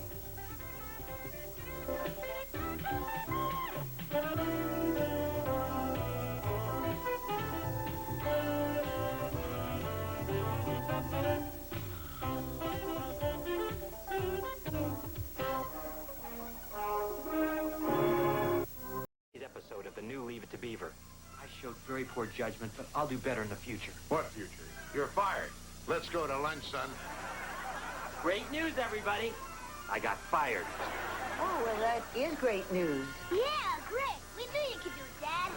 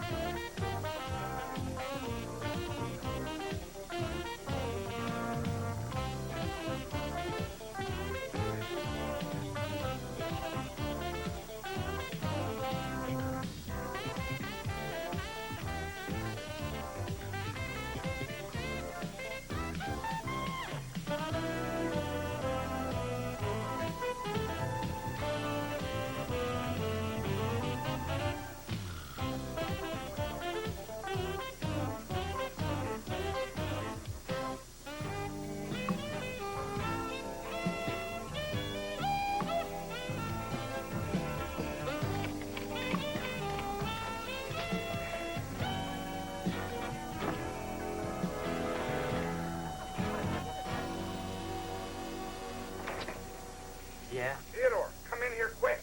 Oh, I'm sorry. Mr. Cleaver has just left for lunch. Papa!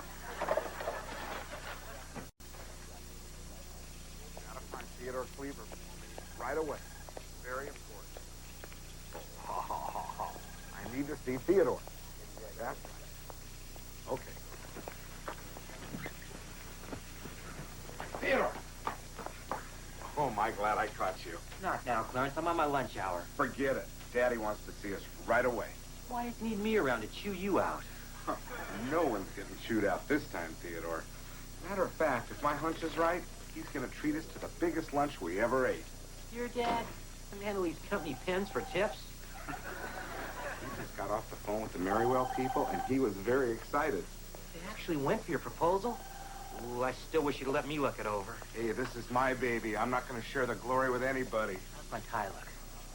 I don't like it. Hi, Daddy. Come in, boys. Hello, Mr. Rutherford. I'm glad you're here. I just got the word on the Merrywell account. So soon? Yes, and I must say I'm surprised by what I hear. I've just got to know which one of you boys put those figures together. Well, Theodore and I have done some fine work together in the past. But this baby is all mine. I should have known. You big oaf! You're the idiot that cost us the biggest account this company has. 28% of our pre-tax income down the drain. A common house pig with half a brain wouldn't foul things up this badly. Daddy, remember my asthma. How can I forget 6 years of asthma camp? I think I treated you like my own son. I am your son. Don't remind me, you spineless jellyfish. Excuse me, Mr. Rutherford, sir. What is it, Cleaver? Well, it's about the Merriwell account. It really wasn't Clarence's fault. What are you talking about? Well, sir, you see, I made some last-minute changes in the figures that Clarence wasn't aware of, so you can stop yelling at him. That true, son? Well, yes. He says so. Yes, it's true, Mr. Rutherford. I showed very poor judgment, but I'll do better in the future. What future? You're fired. Let's go to lunch, son. Yelling makes me hungry. Gee, you really didn't have to do that. I never realized what a great friend you really are. Thanks. Thanks? I lose my job covering for you, and all I get is thanks? Hey, don't worry. I'll put in a good word for you when things calm down. Clarence, will you move it? For now, I wouldn't buy anything on time. Coming, Daddy.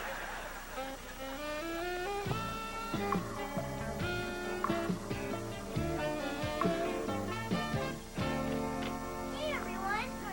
I'm taking ticket orders for the school talent show. You and J.J. Rutherford? I heard you practicing last night. No, thanks.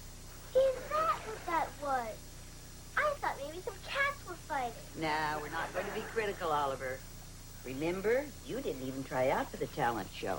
That's because he doesn't have any talent. I do, too. I can make neat noises with my armpits. Want to hear? Oliver, didn't we discuss that last time Aunt Martha was here? Okay, troops, fall in. Oh, hi, Wally. Want some coffee? No thanks, Mom. I gotta be at court this morning. Well, if you're running late, Beaver can drive the children to school on his way to work. I'm not in that big of a hurry. My client's guilty. Come on, let's go, huh? Bye, doll. Bye, love. Have a good day. Morning, Counselor. Oh, hi, Eddie. Mr. Haskell, would you like tickets for my school talent show? Only if they're handing out air sickness bags at the door. Ignore him, honey. I do. Bye, Mom. Bye, honey. Good morning, Mrs. Cleaver. Hello, Eddie. And might I say, that's a lovely oven mitt you're wearing. Oh, well, thank you, Eddie. I always like to look my best for you. It does my heart good to see the Cleaver sense of humor unaffected in the midst of young Theodore's latest tragedy. Oh, and I hope these provisions will help see you through the hard times. Eddie, you been eating lunch behind the tar truck again? Oh, please, you don't have to hide your pain from me. We're like family. Eddie, don't say that. What's this all about?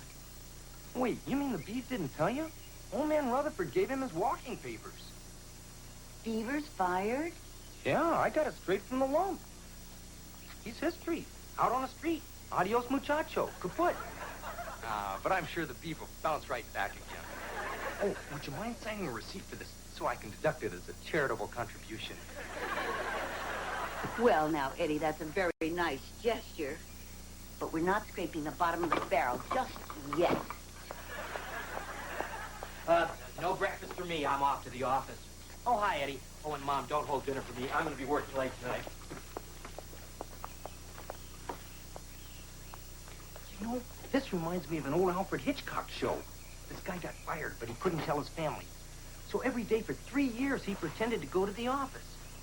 One day, something finally snapped, and he went back to see his old boss again. Only this time, he had a bomb in his briefcase.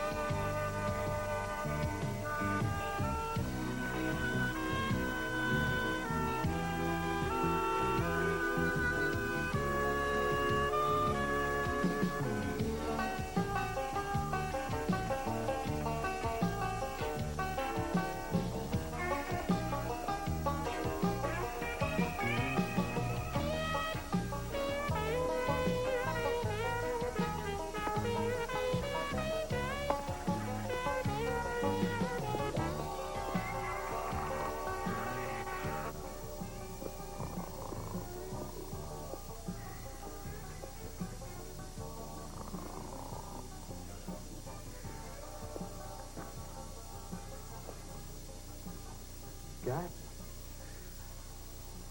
Gus? Who's there? Who is it? It's me, the Beaver. Beaver? You know, Gus. Beaver Cleaver. Oh, Beaver. Haven't seen you around for some time. Yeah, it has been a while. How's school? Gus, I don't go to school anymore. Don't tell me it's 3 o'clock already. Gus, I graduated. I went to college, and now I have 2 boys of my own. Oh, glad to see you made something of yourself, Beaver. What line of work you in? Well, actually none right now. See, I've got a problem. I lost my job yesterday. Well, whenever you kids have a problem, old Gus has the answer.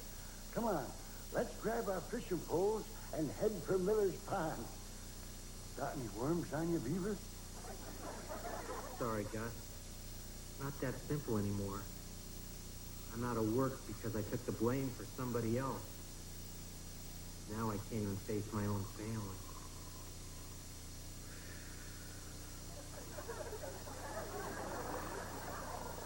Gus? Who is it? It's me, Gus, Beaver.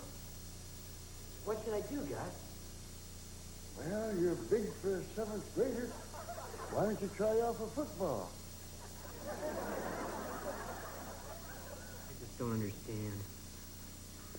I could have bailed out and saved my job, but I didn't even try. Well, if there's one thing I learned in all my years, it's that folks usually do stuff for a good reason.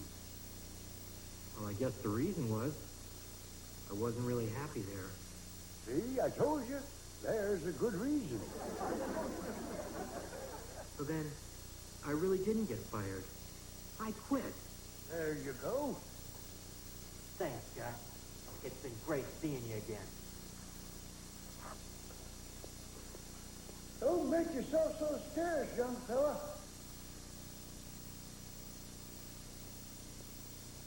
Make one heck of a linebacker.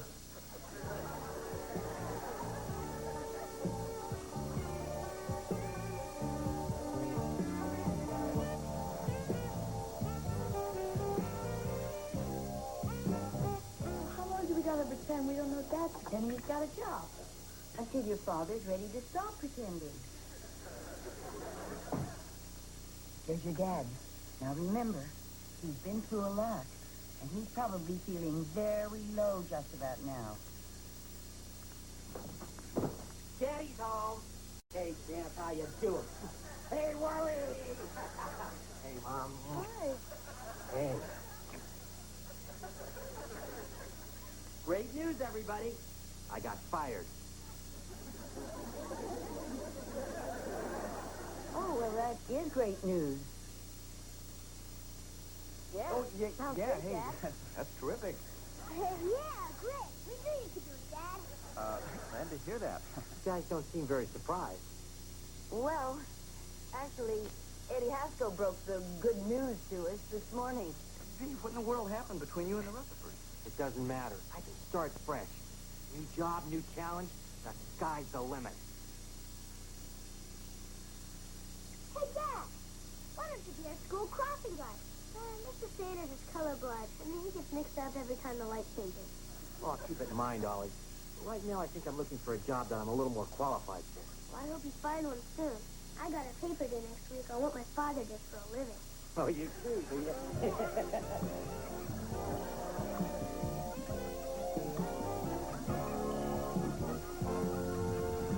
Ladies and gentlemen, Kelly Cleaver and C.J. Rutherford.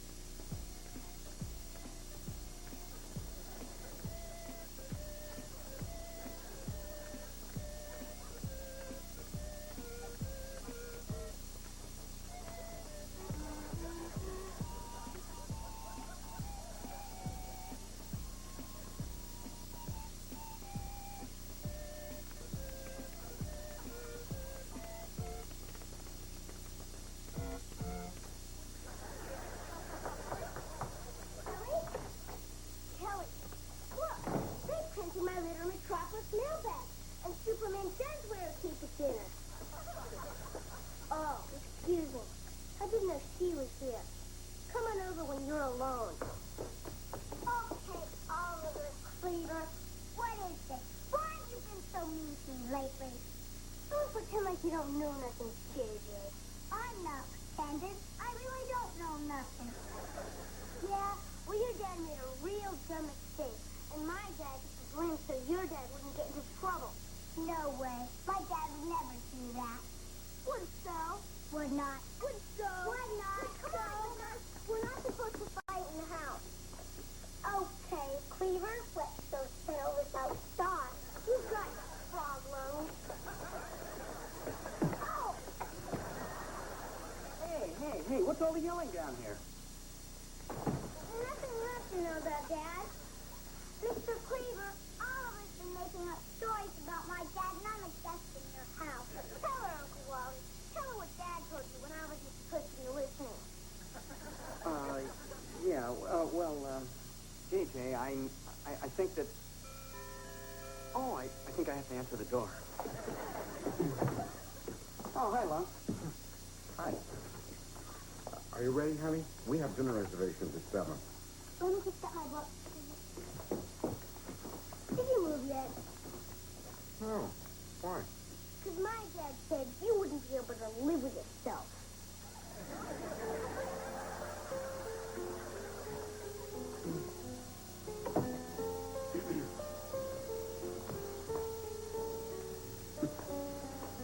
Sure is dark out. So, what's new with the law? Well, right now I'd say it's the only thing that's keeping Beaver from blowing up your car. Give me a break. You know there was nothing I could do. I mean, it's a jungle out there. Dog eat dog, big fish eat little fish. Hey, come on, who do you think you're talking to? Marlon Perkins? I know what happened over there. You were afraid to stand up to your father, like you've always been. That's not true. When he told me to buy a blue Mercedes, I bought a red one instead. Yeah, when he was out of town. Look, it was the same thing when you were 15 years old and he made you take tuba lessons. You never did tell him how much you hated it. You know, you just can't talk to my dad the way you could talk to yours. Will you look at yourself, Lump? He's got you so afraid you can't even admit the truth.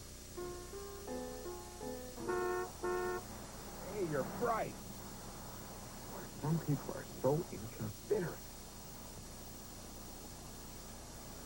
Clara? That's my little mushroom? Oliver says you let Mr. Cleaver get fired because of something you did. I told him my dad wouldn't do anything like that. It's not true, is it? What's Sitcom? About Mr. Cleaver's job. Hey, tasty cone. Why don't we stop and get a triple scoop of sprinkles, just the way you like it? No thanks, Daddy.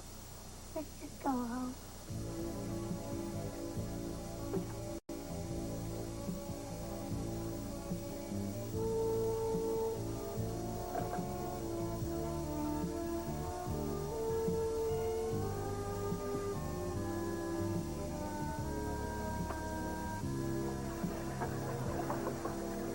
Theodore, can I come in?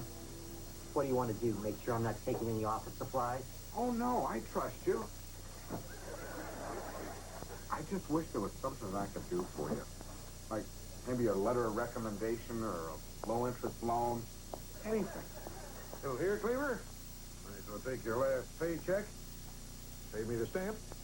Thank you, Mr. Rutherford. Yeah, I'm sorry it had to turn out this way, Theodore, but I want you to understand I don't take this lightly. I liked your father because, well, he was a loyal friend, a hard worker, and a very average golfer. Too bad the only thing you inherited was the hitch in his swing. Daddy, you really shouldn't say those things about Theodore. Are you contradicting me? Well, in my opinion, he has a better business sense than most of the people in this company. Well, what do you know about it, you big lummox? If he's so good, how come he lost up the Maryville account? He didn't. I did. I can't lie anymore. I'd like to be able to look my daughter in the eye again. Are you telling me you lost the account, you big oaf? I'm not an oaf. I'm not a lummox. A grown man with a family of my own. We're all human. He shouldn't fault somebody for trying to do the very best he can. And another thing, no more tuba lessons.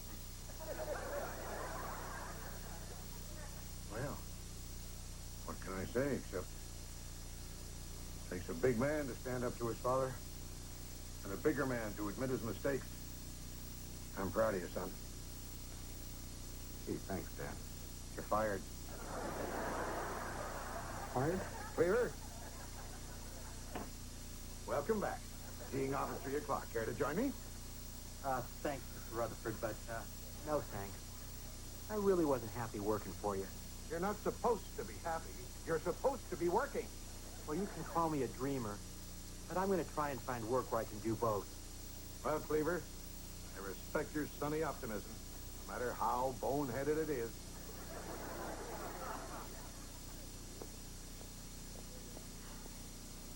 Gee, Theodore, that was a very courageous thing to do. It was braver of you standing up to your father. Terrific. I'm courageous. You're brave. And we're both out of work. You know, Lumpy, I think you're looking at this all wrong. Oh, yeah? You don't make as much as I do. Kid. Sometimes you have to take risks, even if the time isn't right. I've been thinking about going into business for myself. Maybe it wouldn't be quite so scary if I had a partner. You mean me? Us? Lumpy and the Beaver? Sure, why not? You know, maybe you got something after all, B. I mean, people respected your dad. That alone should bring in a few paying accounts. Who knows, we might even land a Merriwell account. We know they're looking for a new firm. Then we're partners?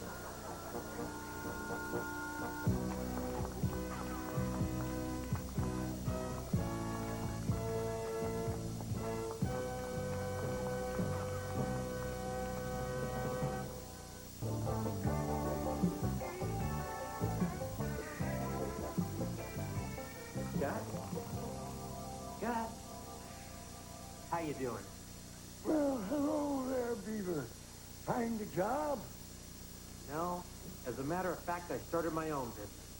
Smart move. These your partners? No, these are my sons. This is Skip and this is Ollie.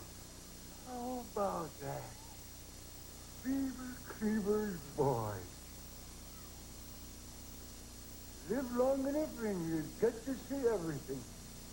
Hey, Gus, we were wondering if you'd join us down at North Pond for a little fishing. I'd really like that, Chippy. But I'm afraid I made other plans.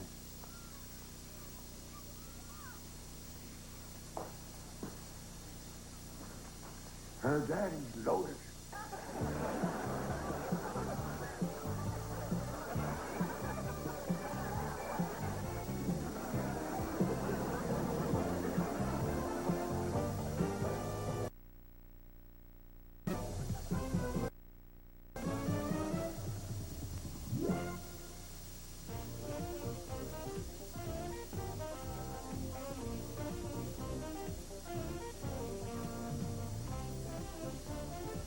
Follow zany exploits with the wily Ron Oliver and Ralph, the happy contest goose. Taking an interview with Colin James, videos from Bon Jovi, Soul to Soul, Paul Hyde, and Jane Child, plus an evangelist turned stock comedian, Sam Kinison, on the ever-cool Ron Oliver Show. Sunday night at 9, here on YTV.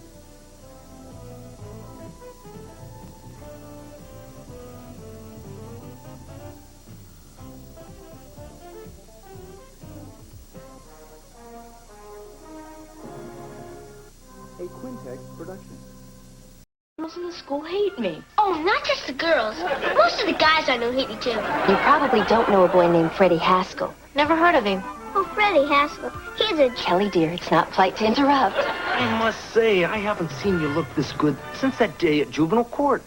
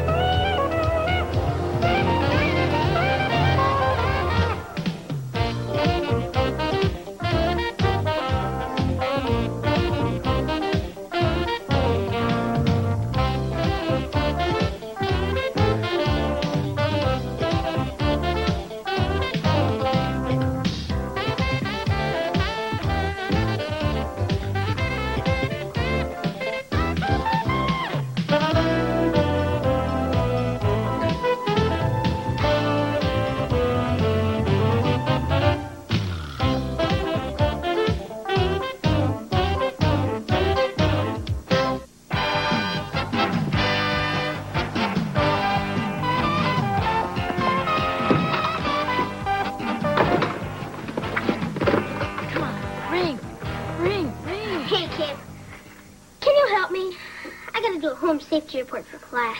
Can't right now. But if you want an A, the most important thing is a nice cover. Hi, Dad. Can I have $5? Is that any way to greet your father? Dad, do you have any exposed wires or gasoline-soaked rags under your bed? That's better. Hello, Susie? Oh, hi. Great, thanks. Bye. Dad, I really need the money. See, my first school dance is Saturday, and it's not even in a gym. It's in a hotel and everything. And I sort of got a date. Of course I'll give you the money. You know, it seems like only yesterday I was going to my first school dance. Hope you have a better time than I did. I'm sure Susie can't kick as hard as Judy Hensel. I'm not going with Susie. I'm going with Tracy. Wasn't that Susie on the phone? Oh, yeah. You see, she talked to Amanda, who lives next to Tiffany, who asked Tracy if she'd go with me. And Tracy said yes.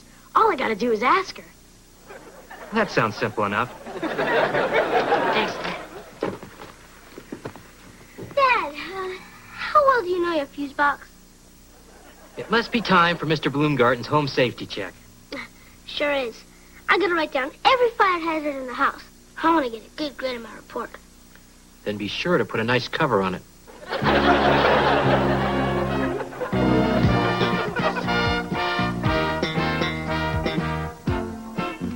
Hey, Marcia. Nice dress.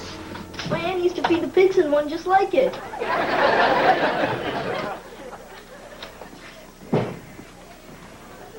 Hey, anyone lose $1? Sucker! Hey, you want to try it, Kip? I don't have time for that stuff anymore. I gotta go buy tickets for the dance. I'm asking Tracy.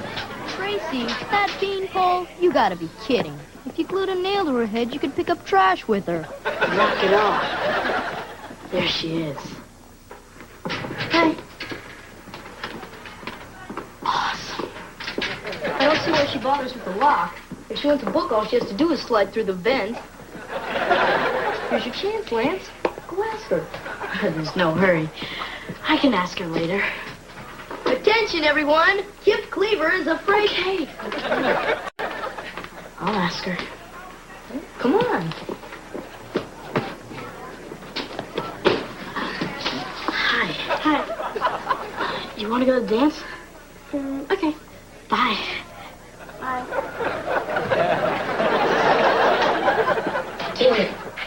Can you believe it? I did it. I can hardly wait for the evening news. I don't see you asking anybody. You're not afraid, are you? Au contraire, amigo. I'd be happy to demonstrate my mystical powers over women. But, as you can see, there are none about. I think you're scared. Hey, isn't that Amy from your history class? No, it's her brother Phil. They're identical twins. Hey, don't worry about it. It'll be weeks before the entire school knows you're a coward. Yeah, I'll show you who's a coward.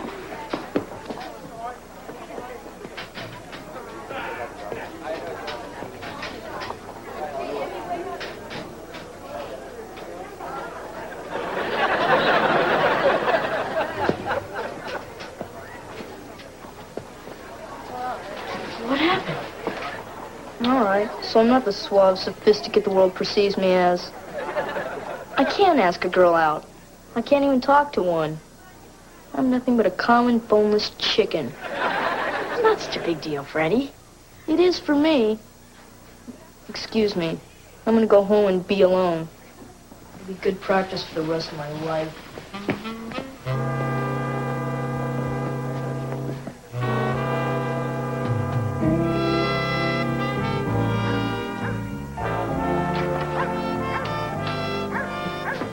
What's the matter, son? You didn't get caught cheating in school, did you? No, sir. Good. I never want to hear you've been caught. Did your mom find out you've been cutting her flowers and selling them on the turnpike ramp? No, sir. Well, that's good. I think I got a better location for you. What is it, son? You know, I'm always here to listen to your troubles and to guide you through the stormy sea we call adolescence. Well, the trouble, sir, is with girls. Girls, huh? You're on your own.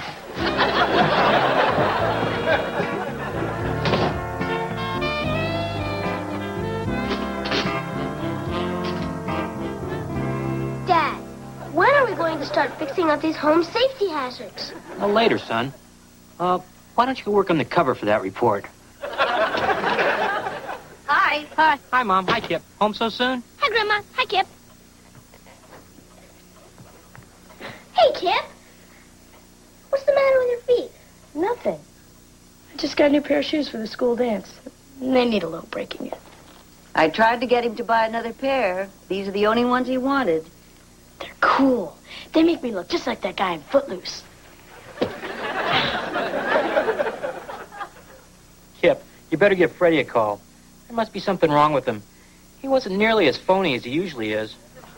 Yeah, he's a basket case because he can't get up the nerve to ask a girl to dance. I wish I could do something for the guy. Well, why don't you do for Freddie what your Uncle Wally always did for Eddie? Apologize for being friends with him? No. If Freddie's afraid to ask a girl out, why don't you ask someone for him? That's a great idea, Grandma. It's got to be easier than asking one for myself. And if that works, he may even tell you where your gym clothes are buried.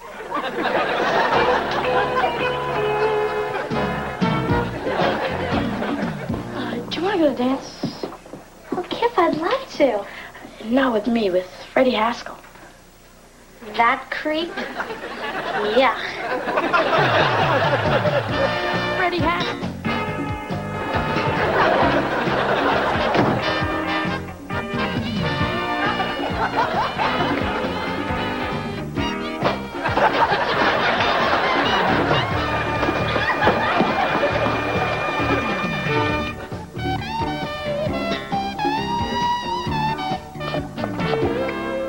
Sissy, you know the rules.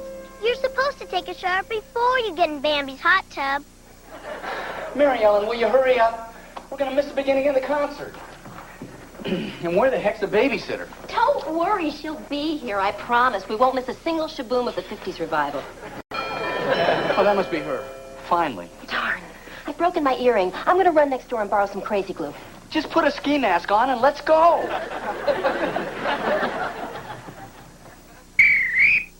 Okay, everybody, it's time for a family fire drill. Now line up and no talking or shoving. Not now, dear. We're making dinner. Okay, we'll do it after dinner. And we'll take a look at those overloaded sockets. Right, Dad? Sorry, Ollie. After dinner, we're all going to go shopping for a freezer. Really? And what circuit are you going to plug that into? Son, don't lose any sleep over it, huh? I wish he was that conscientious about feeding his goldfish.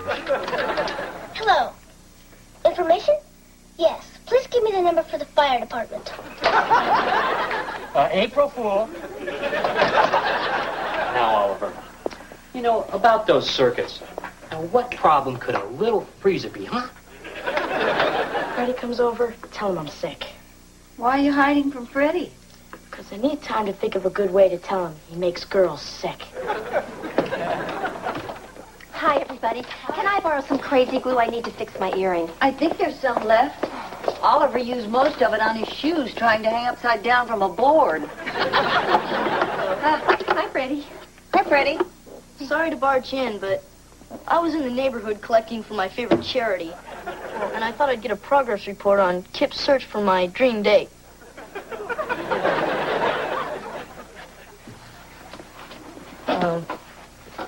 You have talked to some girls, haven't you? Freddie, I've got some bad news for you. Not Nancy Glick. No. Even she turned you down. I can't believe it. All the girls in the school hate me. Oh, not just the girls. Most of the guys I know hate you, too. No, the guys don't hate you. Guys like creeps. Kip, do me a favor. Promise me you'll never try to talk anyone off a ledge. Freddie, I'm sure if a girl ever gave you a chance, you'd do very nicely. In fact, I know you would. Thanks, Mrs. Cleaver. You're a ray of hope to the downtrodden. But you couldn't sell me that if it was gift-wrapped. Wait a minute, Freddie. I think maybe I can help you. Thanks anyway, Mrs. Cleaver. but I've seen you dance. I'll still help you out, Freddie.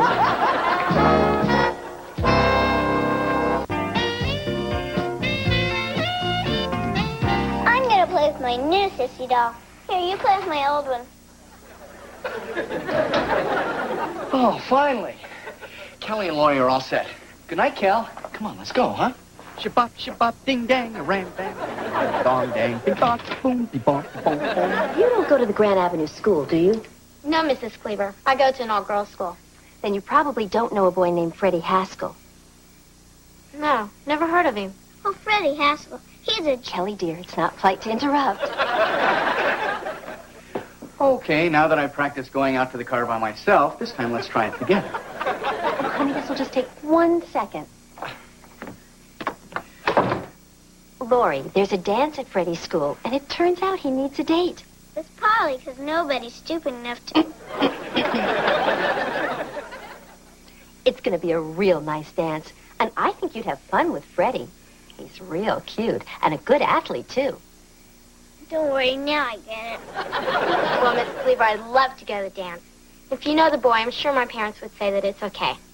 Great, then it's all set. Well, honey, are you ready? Don't toy with me, Mary Ellen. Of course, I'll only go if he actually asks me.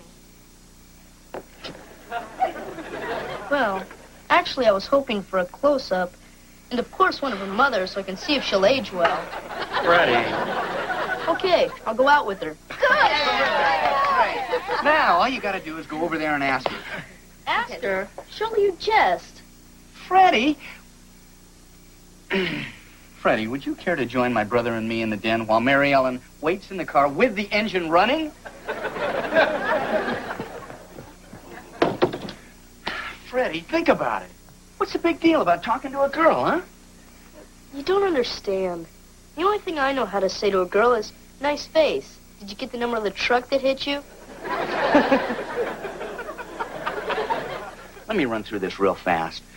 Growing up is full of doing lots of things for the first time. Some of those things you may not want to do. But you can't hide from everything just because it makes you nervous. So get over there and ask her, now. I'll get it. I guess he decided to show up after all. Hello. Hi, Freddie. Don't worry. Nobody told her what a creep you are. That's Lori. Hello. How are you? I guess I'm okay.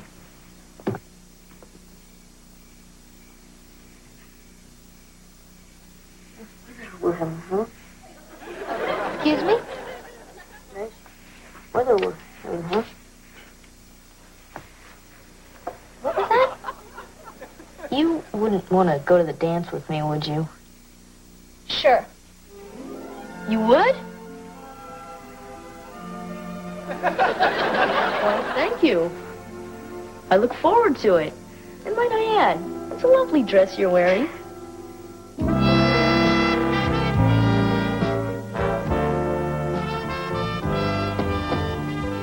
Well, sir, it's nearly post time. Frederick, my boy, I must say, I haven't seen you look this good since that day at juvenile court. Thank you, sir. You know, you remind me a lot of myself at your age. Except, of course, I was better looking. So you've told me. Son, I've been thinking about that little talk that we had the other day. I didn't give you the kind of quality parenting that you've come to expect from me. That's okay. At least you got my name right. No, I want to make it up to you. When you get to be my age, you'll learn something about women. And on this night of your first date, I'm going to pass these secrets along to you. That's very generous of you, sir. Son, women are all a bunch of bloodsuckers, out to get whatever they can. And when they've used you up, they'll toss you aside like an old sock. Now you run along and have a good time.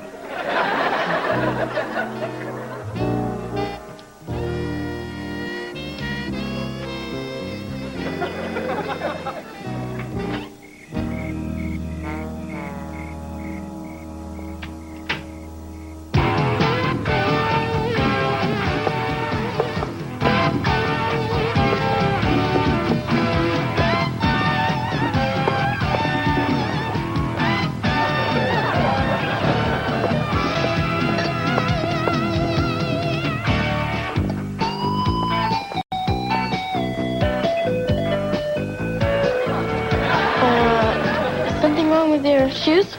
No, nothing. It's just a new set. Do you know the Sidewinder? No? This is it.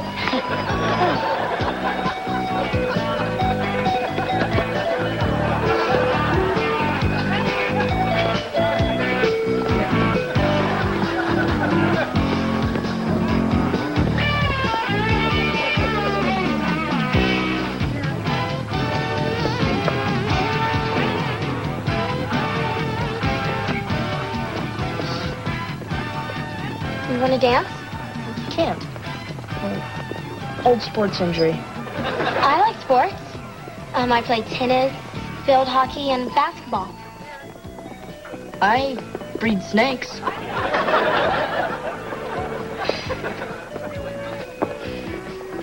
You're the quiet type, aren't you?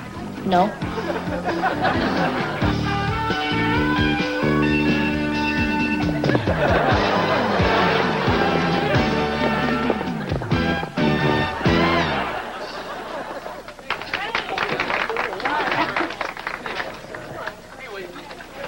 All this talking probably made you thirsty. I'll go get some punch.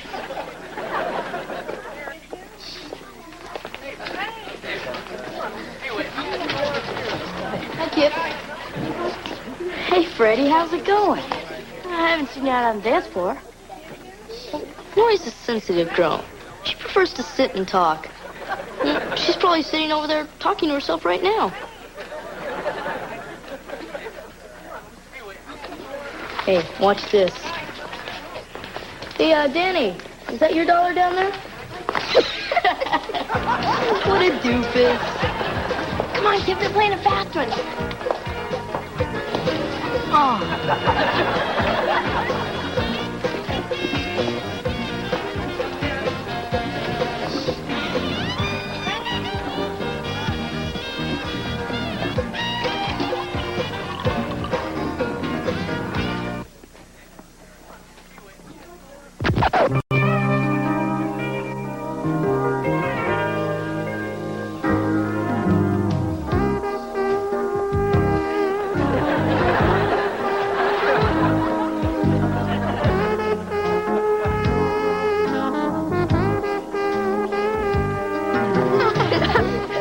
That's disgusting.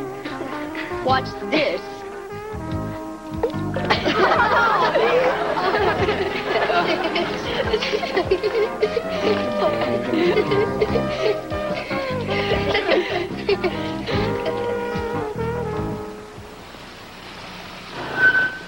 Thanks, Mr. Haskell. Good night, Freddie. Hey, a gentleman walks his date to the door. Dropped my card in her mailbox. Looks like they need a new roof. Lori, wait. Well, thanks for a lovely evening. I trust you had as nice a time as I did. Nice time. This was the worst night of my life.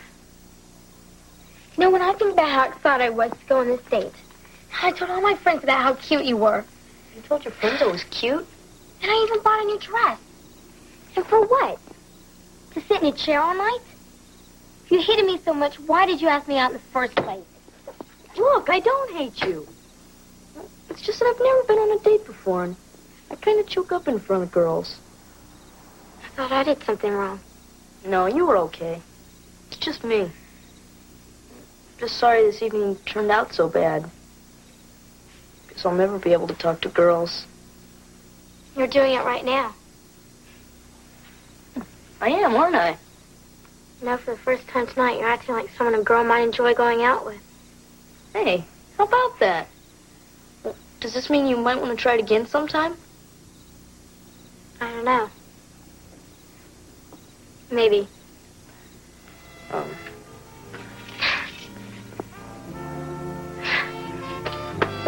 By the way, I'd have someone look at that roof right away.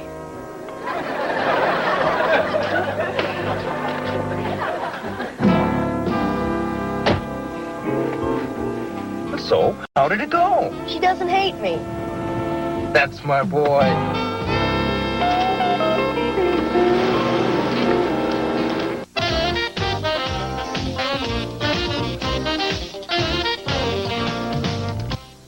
Arnold Schwarzenegger talks with Laurie Hibbert about the difference between cuffing culprits and cuddling kitties in his hilarious new film, Kindergarten Cop. Tomorrow night at 6:30 on Rock and Talk on YTV.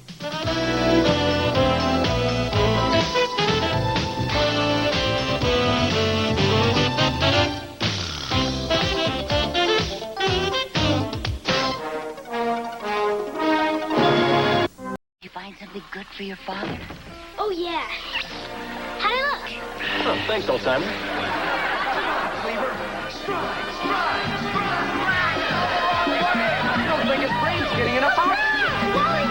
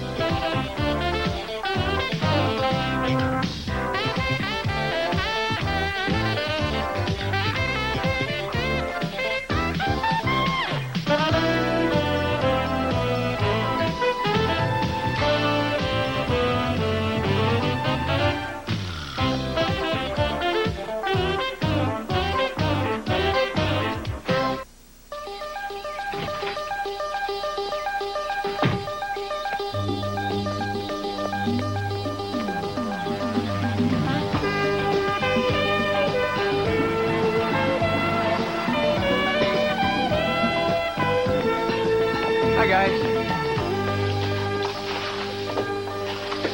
How far is Uncle Wally gonna run? 26.3 miles.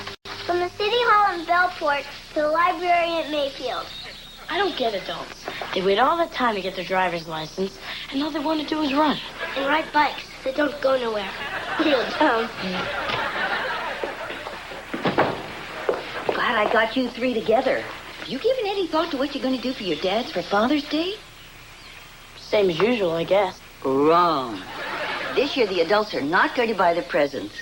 Now, I don't think it's asking too much to have you buy your fathers a little present or plan something special to do with them. Anything to show them how much you appreciate them. You don't have to worry about me, Grandma. I'm already making something for my dad. Oh. Comes the Beaver. Hi. Hello, Beaver. What's everybody doing out here? Oh, we were, teaching Grandma how to do the flyback. Oh. Well, I think I've got it now, and I'm going to try it one more time. Pretty good, huh? You try it again.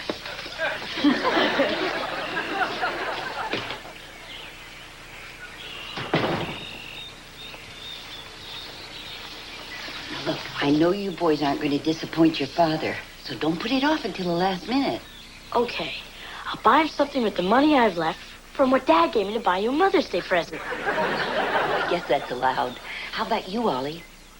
Well, I would have had some money, except I got this hole in my pocket. Well, I guess we could arrange a small emergency loan, provided your pockets are in good working order. Thanks, Grandma. And don't worry, I'll keep the money in my socks. The holes are smaller.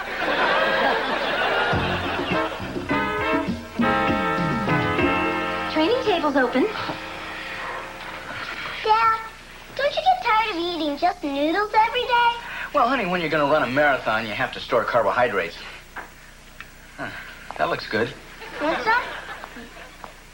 No, I'm in training. Go easy, Wally. Save room for dessert. A big, freshly baked Idaho potato. If I clean my plate, could I have one too? Maybe. Well, I'm glad you two find this so amusing. You know, if Christopher Columbus's family gave him this kind of support, we'd still be living in Spain. Dad, wasn't Columbus from Italy? Eat your dinner.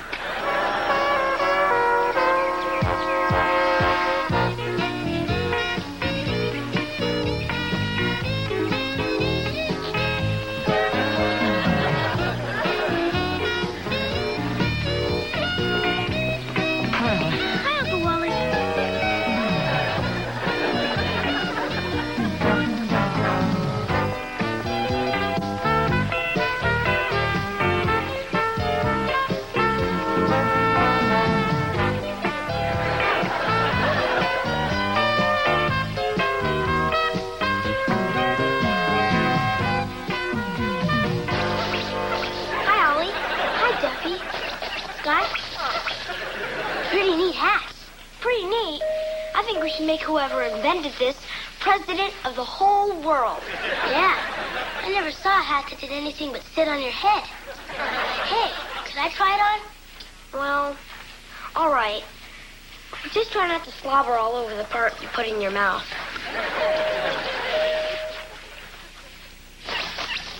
How'd it look? A lot better than you usually do. Thanks. Boy, I wish I could have one of those. But I'm supposed to be buying something for my dad. Hey, why don't you buy one for your dad? Well, I was kind of thinking of something more practical. Like those things grown-ups put in their shoes, so their feet don't stink. Come on, Ollie. Your old man's gotta make a big fuss tomorrow, no matter what you get him, right? Yeah, I guess. So he pretends to love it. In 2 weeks, he forgets all about it. You get to keep the hat, and everybody's happy. Thanks, Duffy. You know, you're a lot smarter than you look.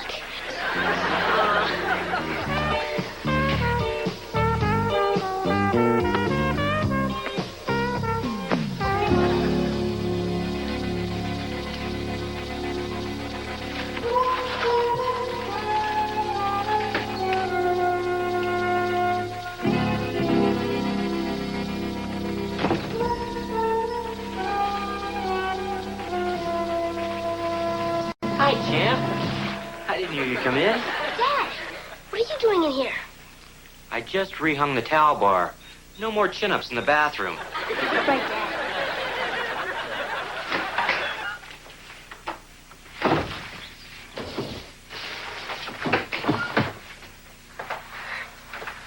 So did you find something good for your father? Oh, yeah. He's gonna love it. Did you have it wrapped? No, this wasn't a wrapping place. The guy had enough trouble just making change. Come on. You need to fix it up real nice. Your father's going to be back any time. But Dad isn't a surprise. We're not going to tell Dad, you little chuckle brain. Thank you, Kip. Come on, Ollie. Let's see what you got. Okay.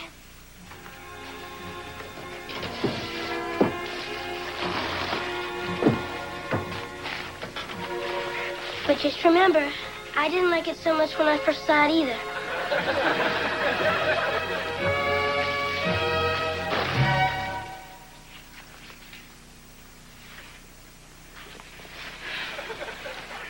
What on earth would make you buy something like this? Oh, hi, everybody. Duffy, why didn't you wait outside for a few minutes? Oh, I'm sorry. I didn't know Oliver was getting yelled at, or I would have just listened at the door. Oliver, how long did you think you could pass this off as a gift? Well, I was hoping at least till Dad opened it. Maybe you better start thinking about other people's feelings instead of just your own. And clean up this room. Boy, Ollie, you sure messed up this time.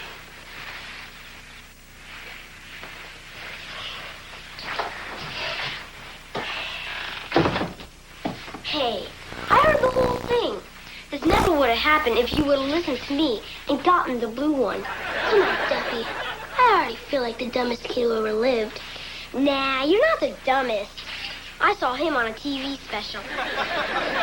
You better go now, Duffy. I'm going to stand in front of the air conditioning and catch ammonia. That way, no one will yell at me tomorrow.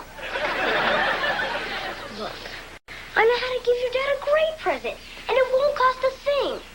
You see, grown-ups are weird. They really would rather get something that you made for them. You any good with these? I can draw some things okay. Like what? Batman? Good enough. Now, if you really want to make your dad happy tomorrow, all you gotta do is draw a picture of you hugging him. That's it? Yeah. Stand in front of the house with a happy son. I bet your dad cries and tells you it's the best present he ever had. That does look like Batman. That's the house. Oh.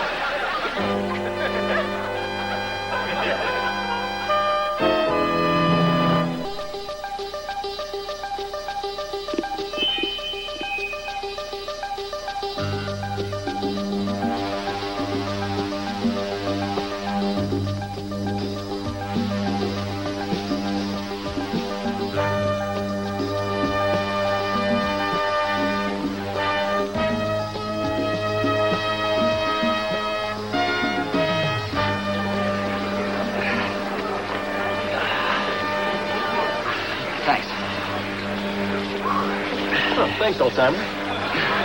Anytime, Sonny.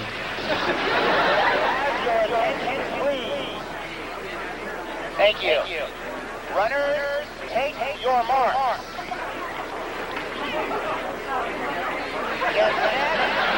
Oh, yuck.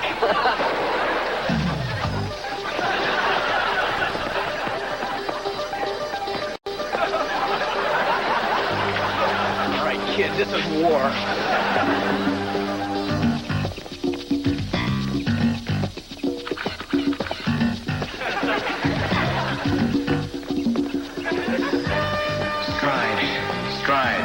Stride.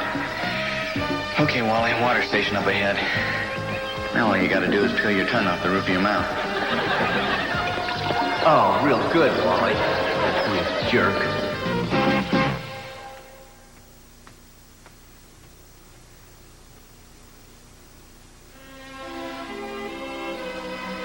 Hi, Dad. Oh, hi, Beaver. Oh, come on, sit down. All right. What is it? Well, when I made up the story about having the parrot, that was wrong. That's right.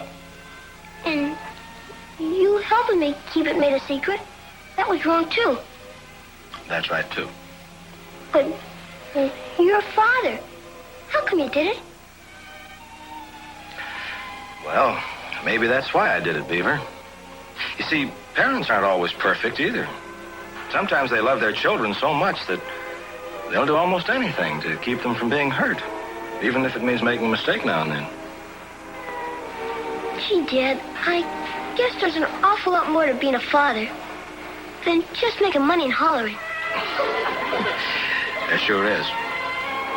Well, Dad, thanks for the hamster. Okay, Beaver.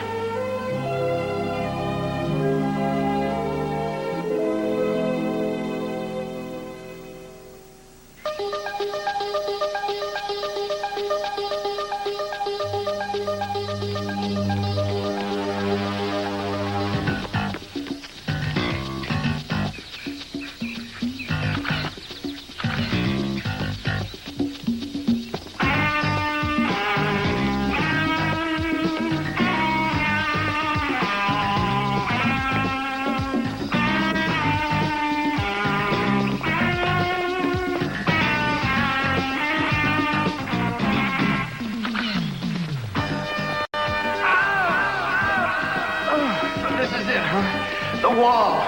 The moment every runner dreads. Molly, if you can fight your way through this, you can make it. Oh, why couldn't my goal have been to improve my bowling? Everyone was right. I'm too old. I'm in pain. I want to stop. I want to go home. Listen to yourself, you ninny. Don't you want to beat that kid? What have you been training for? If you stop now, you'll never be able to show your face at the health club again. Come on, Cleaver. Stride.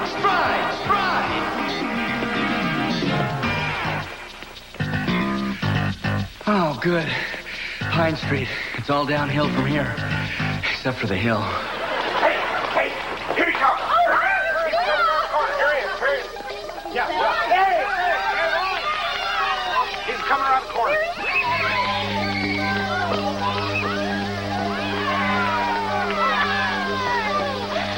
He doesn't look very well. You're right. He had the same expression on his face when he walked down the aisle at your wedding. Hey, good turnout. All right, Cleaver, let's make it look good. Shoulders back. Here we go. Oh, look at him. My wife, my daughter, my video camera, my mother, my brother, my nephews, my best friends. Oh, I love them. Everything I am, I owe to them. And I've never even thanked them. I don't think his brain's getting enough oxygen. Thanks, honey. Thanks, guys. Oh, thanks, Kelly. Thanks, Mom. Thanks, baby.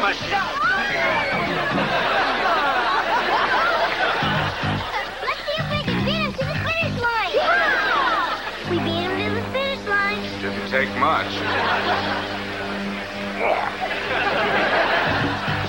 Stride. Oh, just a few more blocks. So I can stop. Stride. There he is. Come on, Wally. Let's take this punk. Are you nuts? You got no feeling below the knees. Hey, where's that intestinal fortitude? You can do it. Remember the Springfield game? Come on now, sprint! Hey, here it comes. Yeah!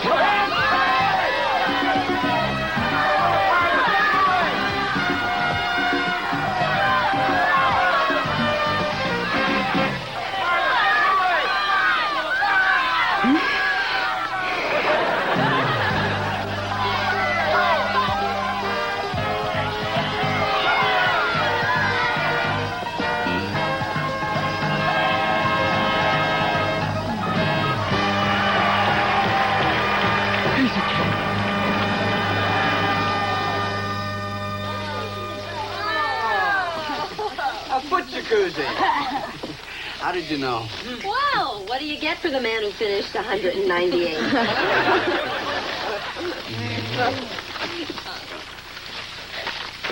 Well, what do we have here? It's a poem I wrote for you. It rhymes and everything. You want to hear it? Well, of course I do.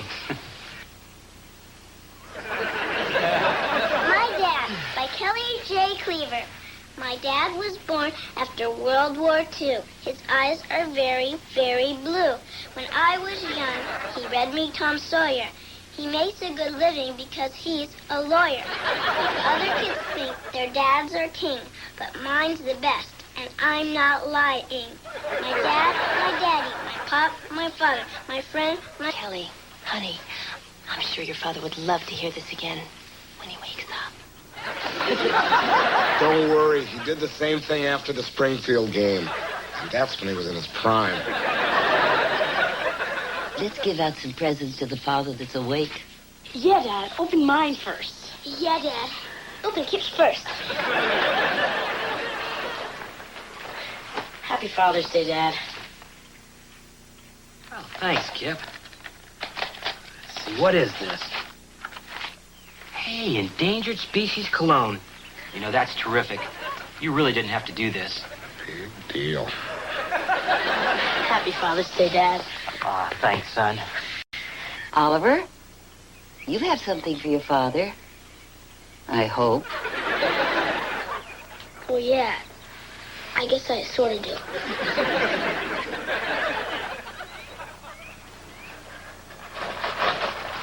Well, what have we here? Thanks, champ. You maybe shouldn't thank me till you open it. Look, a videotape. What is it? Maybe an old movie like Beaver, Las Vegas? No. It's more like a Father's Day card. Except you gotta have a TV to look at it. Well, let's see what we got here. Oh, no, Dad. Not in front of the whole world, okay? Whatever you want, son. Come on, let's start lunch. Oh, boy. Okay.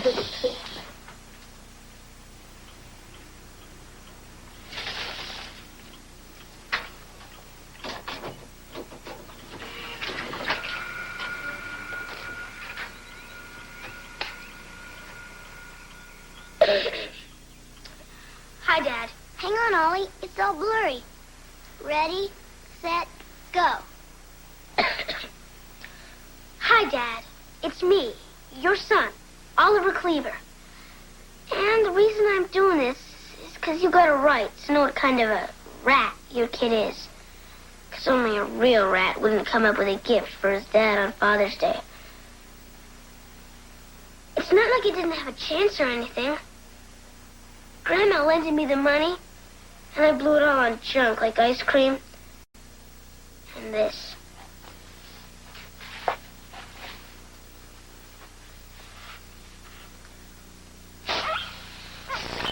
Pretty dumb, huh? And then I did something even dumber. I listened to Duffy Guthrie. He told me just what to draw so you'd like it.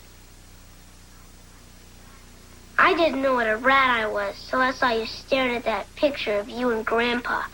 And that made me think of you and how you always share your fries with me at McDonald's. And how you always call me champ, even though I hardly never won nothing. And that whole Saturday we spent looking for a four-leaf clover. And when we come home at night, I always pretend to fall asleep in the car, because nothing feels nicer than when you carry me upstairs and put me into bed. And Dad, even though I did goof up, can we still be friends? Because I sure love you a lot. Okay?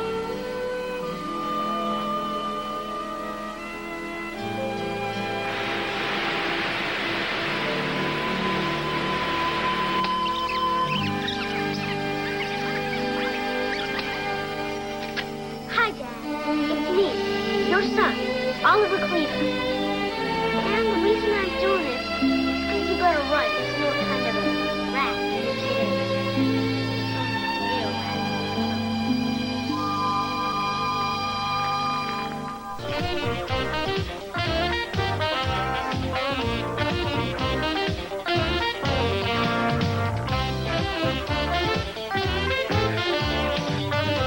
Meet the Boswells, Liverpool's answer to unemployment, with a legitimate front for fantastical, hilarious goings-on.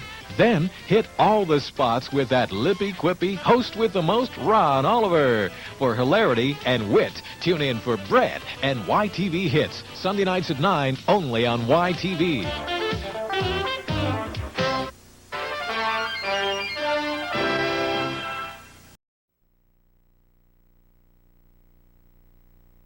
Leave it to Beaver. When I get back, you better not be here. What a kidder. Oh, Mrs. Cleaver, would it be any trouble to heat up the syrup again? How could you do this to me, Cap? Because you're a creep.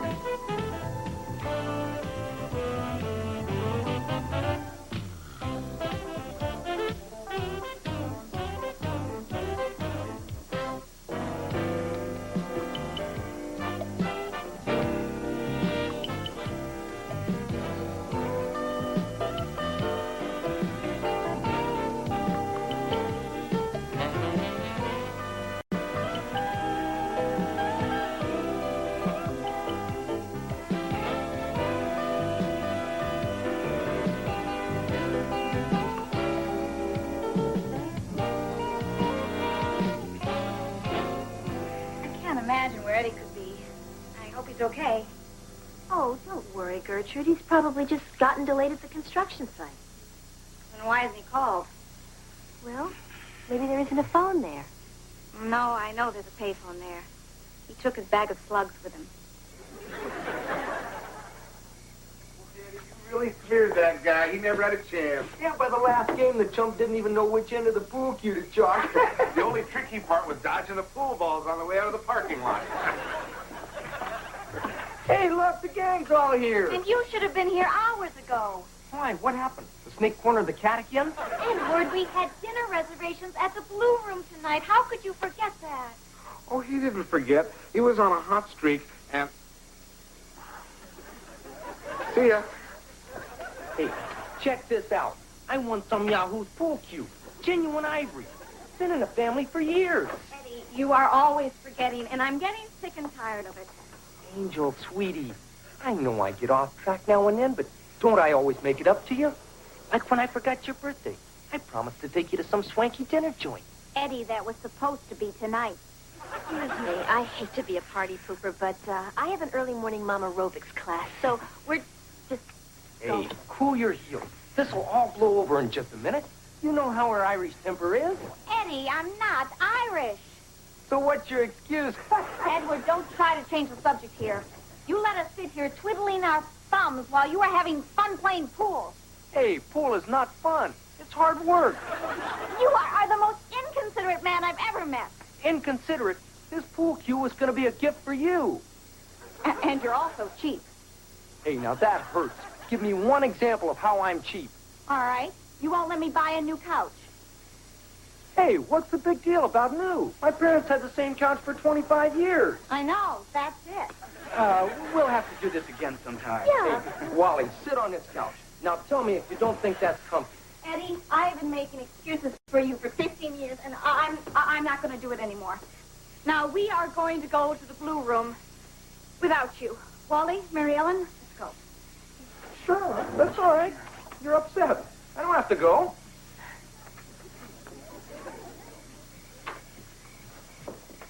Hey, bring me back a New York steak.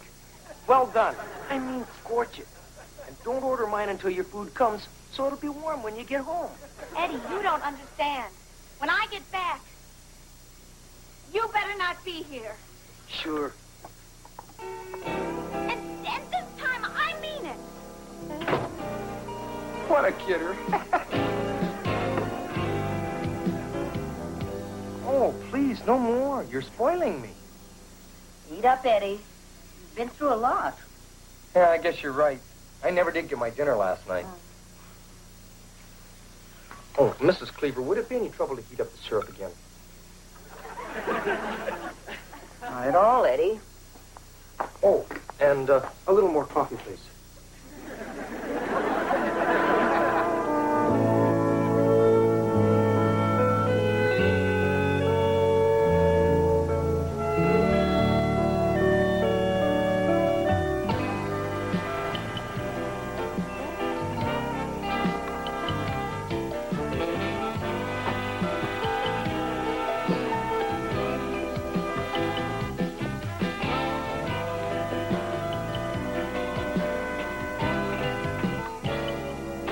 I'm home.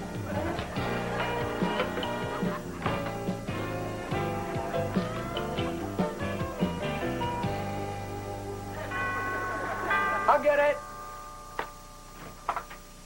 Hey, Freddie, what are you doing here? She throw you out too?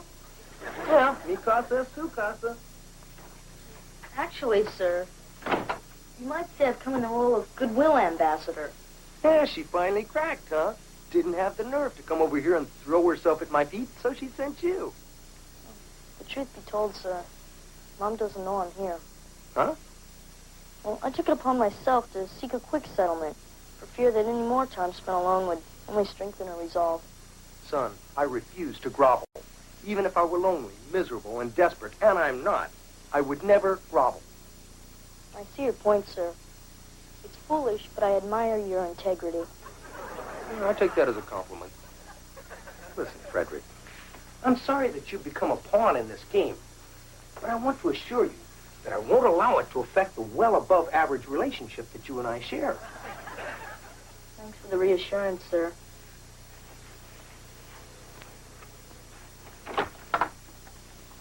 Perhaps as a weekend, Father, you'll see fit to take me to the zoo. Son, I'll take you to the horse races. You'll see animals in their natural habitat.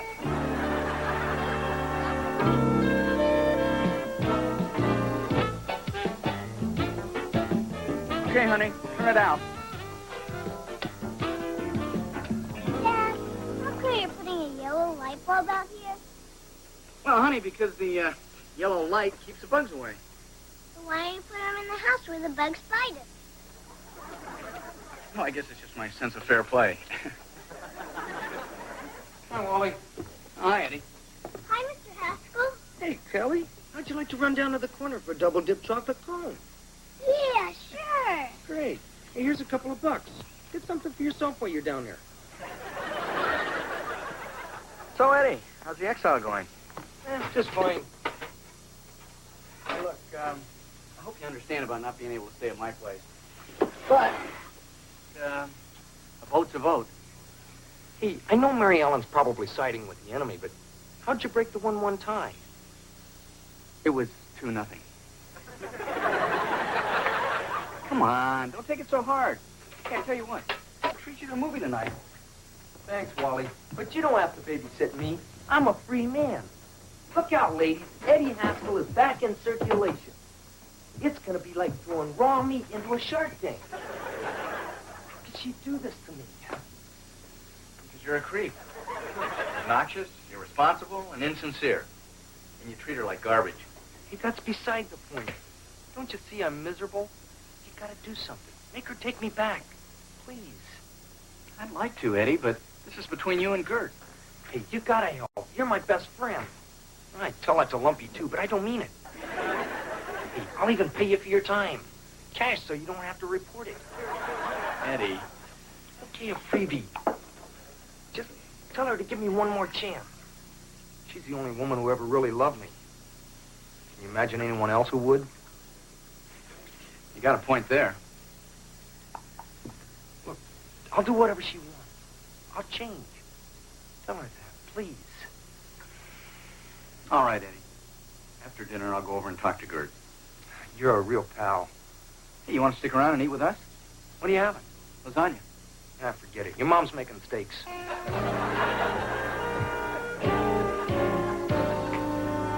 Isn't going to be easy. Okay, Gert, that's only 9 good reasons. I asked for 10. All right. You know how he's always telling every woman what a lovely dress she's wearing. Come on, that's harmless. He just does that to make people feel good. Well, he's never said it to me. Just once. I'd like to hear it. Well, surely Eddie must have his good points, too. Yeah. He can fix the plumbing around the house. Well, I know there's some other things. I wrote them down once. Gert, he loves you. He loves himself more. Eddie'll promise to take me out, and then Lumpy'll stop by with tickets to the wrestling matches, and then Eddie's gone. Gee, you never invite me.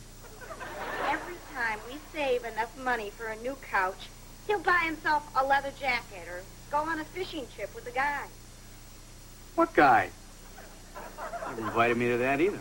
Well, you see, Wally, he even does it to you, one of his best friends. You know, I am his best friend. And that's why I came by tonight. I asked what it would take for you to give him one last chance. Well, he'd have to totally change. He'd have to be a completely different person that just happens to look like Eddie. Gert, I honestly believe Eddie would do anything to save his family.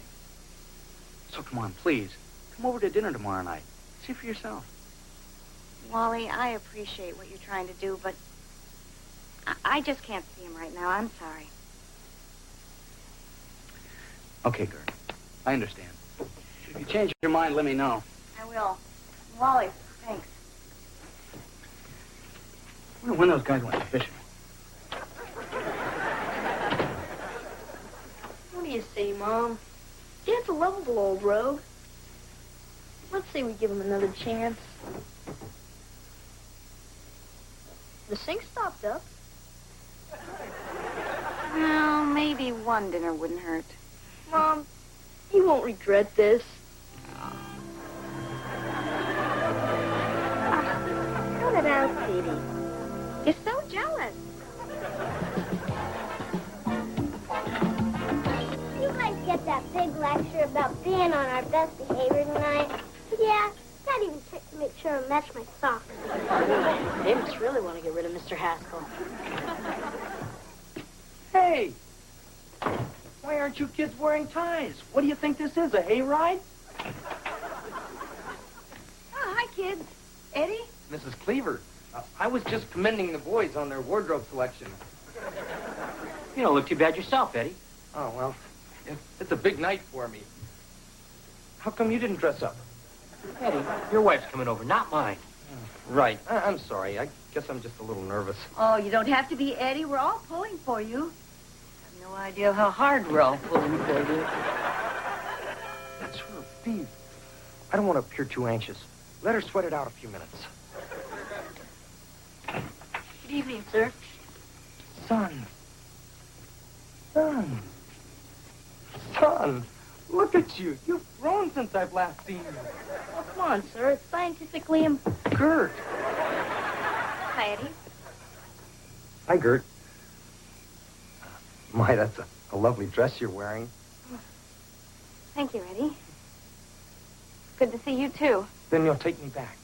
Don't push it. Hi, Gert. Hi. Come on in. Ready? Everything's ready. Hi, Gert.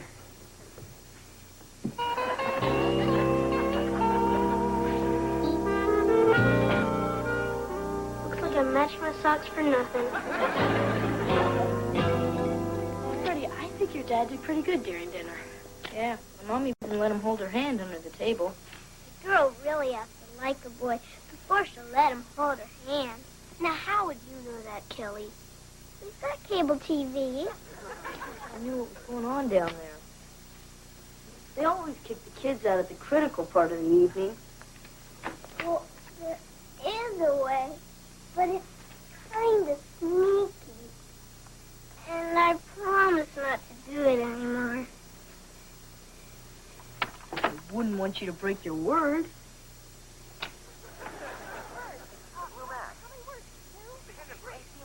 Big crap. No, they're just playing charades. The Blue Mac. How many words? 2? Hey, wait a minute. Three. No, Lion. Superman. It's a flying thing. It's, No, McHale's Navy joins the Air Force. No. No, airplane. 45 seconds. That was a wonderful guess, Pookie.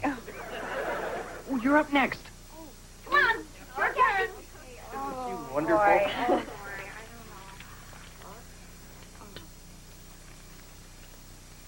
All right. A movie. Yes, a movie. And a book. Movie and a book. Three words. Second word. Second word. Second word is... something awful. Yeah. Something really disgusting. A grotesque, hideous monster. Your mother.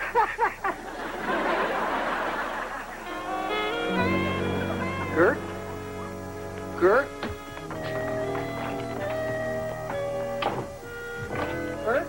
Gert? Gert? She's such a kidder. No, she isn't. Gert! Gert! Thank you all for a lovely evening. Gert! Bye, Eddie. Gert, let me in, please. Forget it, Eddie. I thought you really changed, but you haven't. Gert, I was doing great for hours. And so I got off one good one. What's that compared to what we have together? Remember the first time we ever went out? Oh, how can I forget? I never expected to see you again after I filled out that police report. Then you kept writing and calling and having pizza delivered. Remember the heart-shaped one for Valentine's Day? Yeah. See, that was the sweet side of you. The side that cared about me. That's what made me want to marry you. And that's why you can't live without me, huh? I have for a long time now. Now, don't start saying things like that. It's not true. Eddie, you're not there for us. I think your family should come first, not Lumpy just because he has tickets to some boat show. I'll call him and cancel. He was coming by here tonight. Oh, Eddie! Hey, I didn't know how this was going to turn out. Look, Kurt, I know you're right. I've been impossible. Look, give me a month. If one little thing goes wrong, I'll throw myself out. Please. I don't know. Gertie. Gert. Sweetums. Honey. Give me 2 weeks. A fortnight. How long is a fortnight? It doesn't matter. You've got to give me a chance. Oh, Eddie.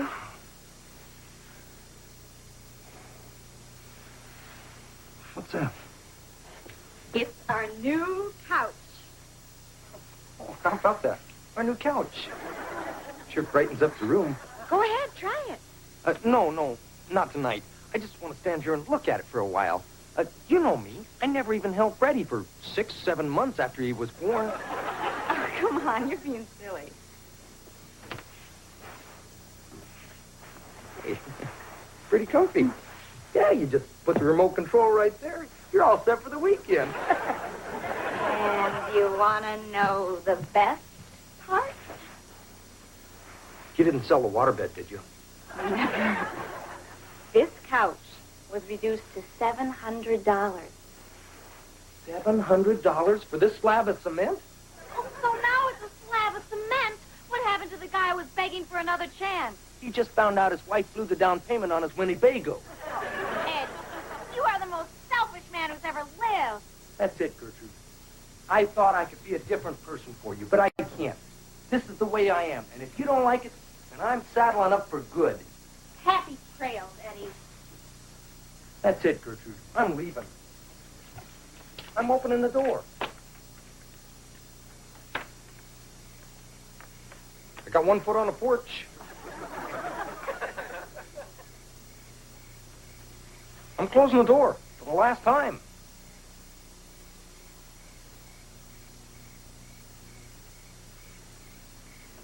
So long, Gertrude.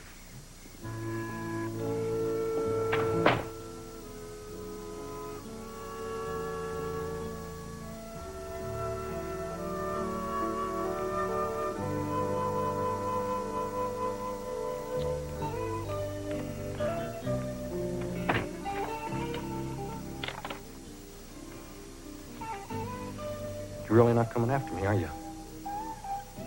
No? In that case, we can talk.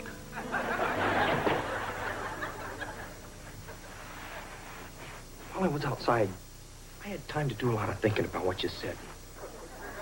And there might be something to it. Might be? I'm not promising you a personality transplant, but I guess I could spend a lot more time with you and Freddie and what's-his-name in military school. You'd all like that. And once in a while, you could buy something special for yourself, within reason. How about the couch? Can it be returned? All sales final. It's yours. Hey, Eddie, hop out of it. Are we going to the boat show or not? Eddie! Hey, what are you doing?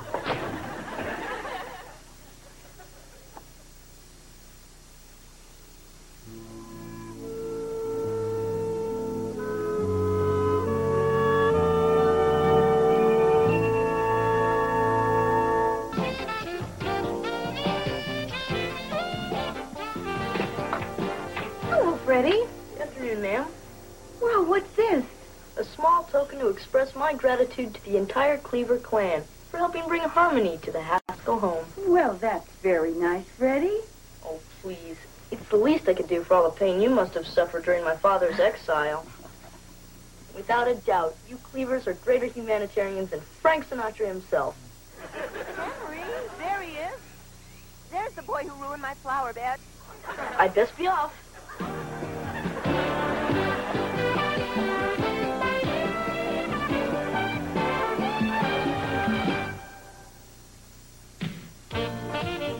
Take care of yourself and your family with a show that puts parenting in perspective. Join Debbie Van Kiekebelt tonight at 9:30 for Positive Parenting, only on YTV.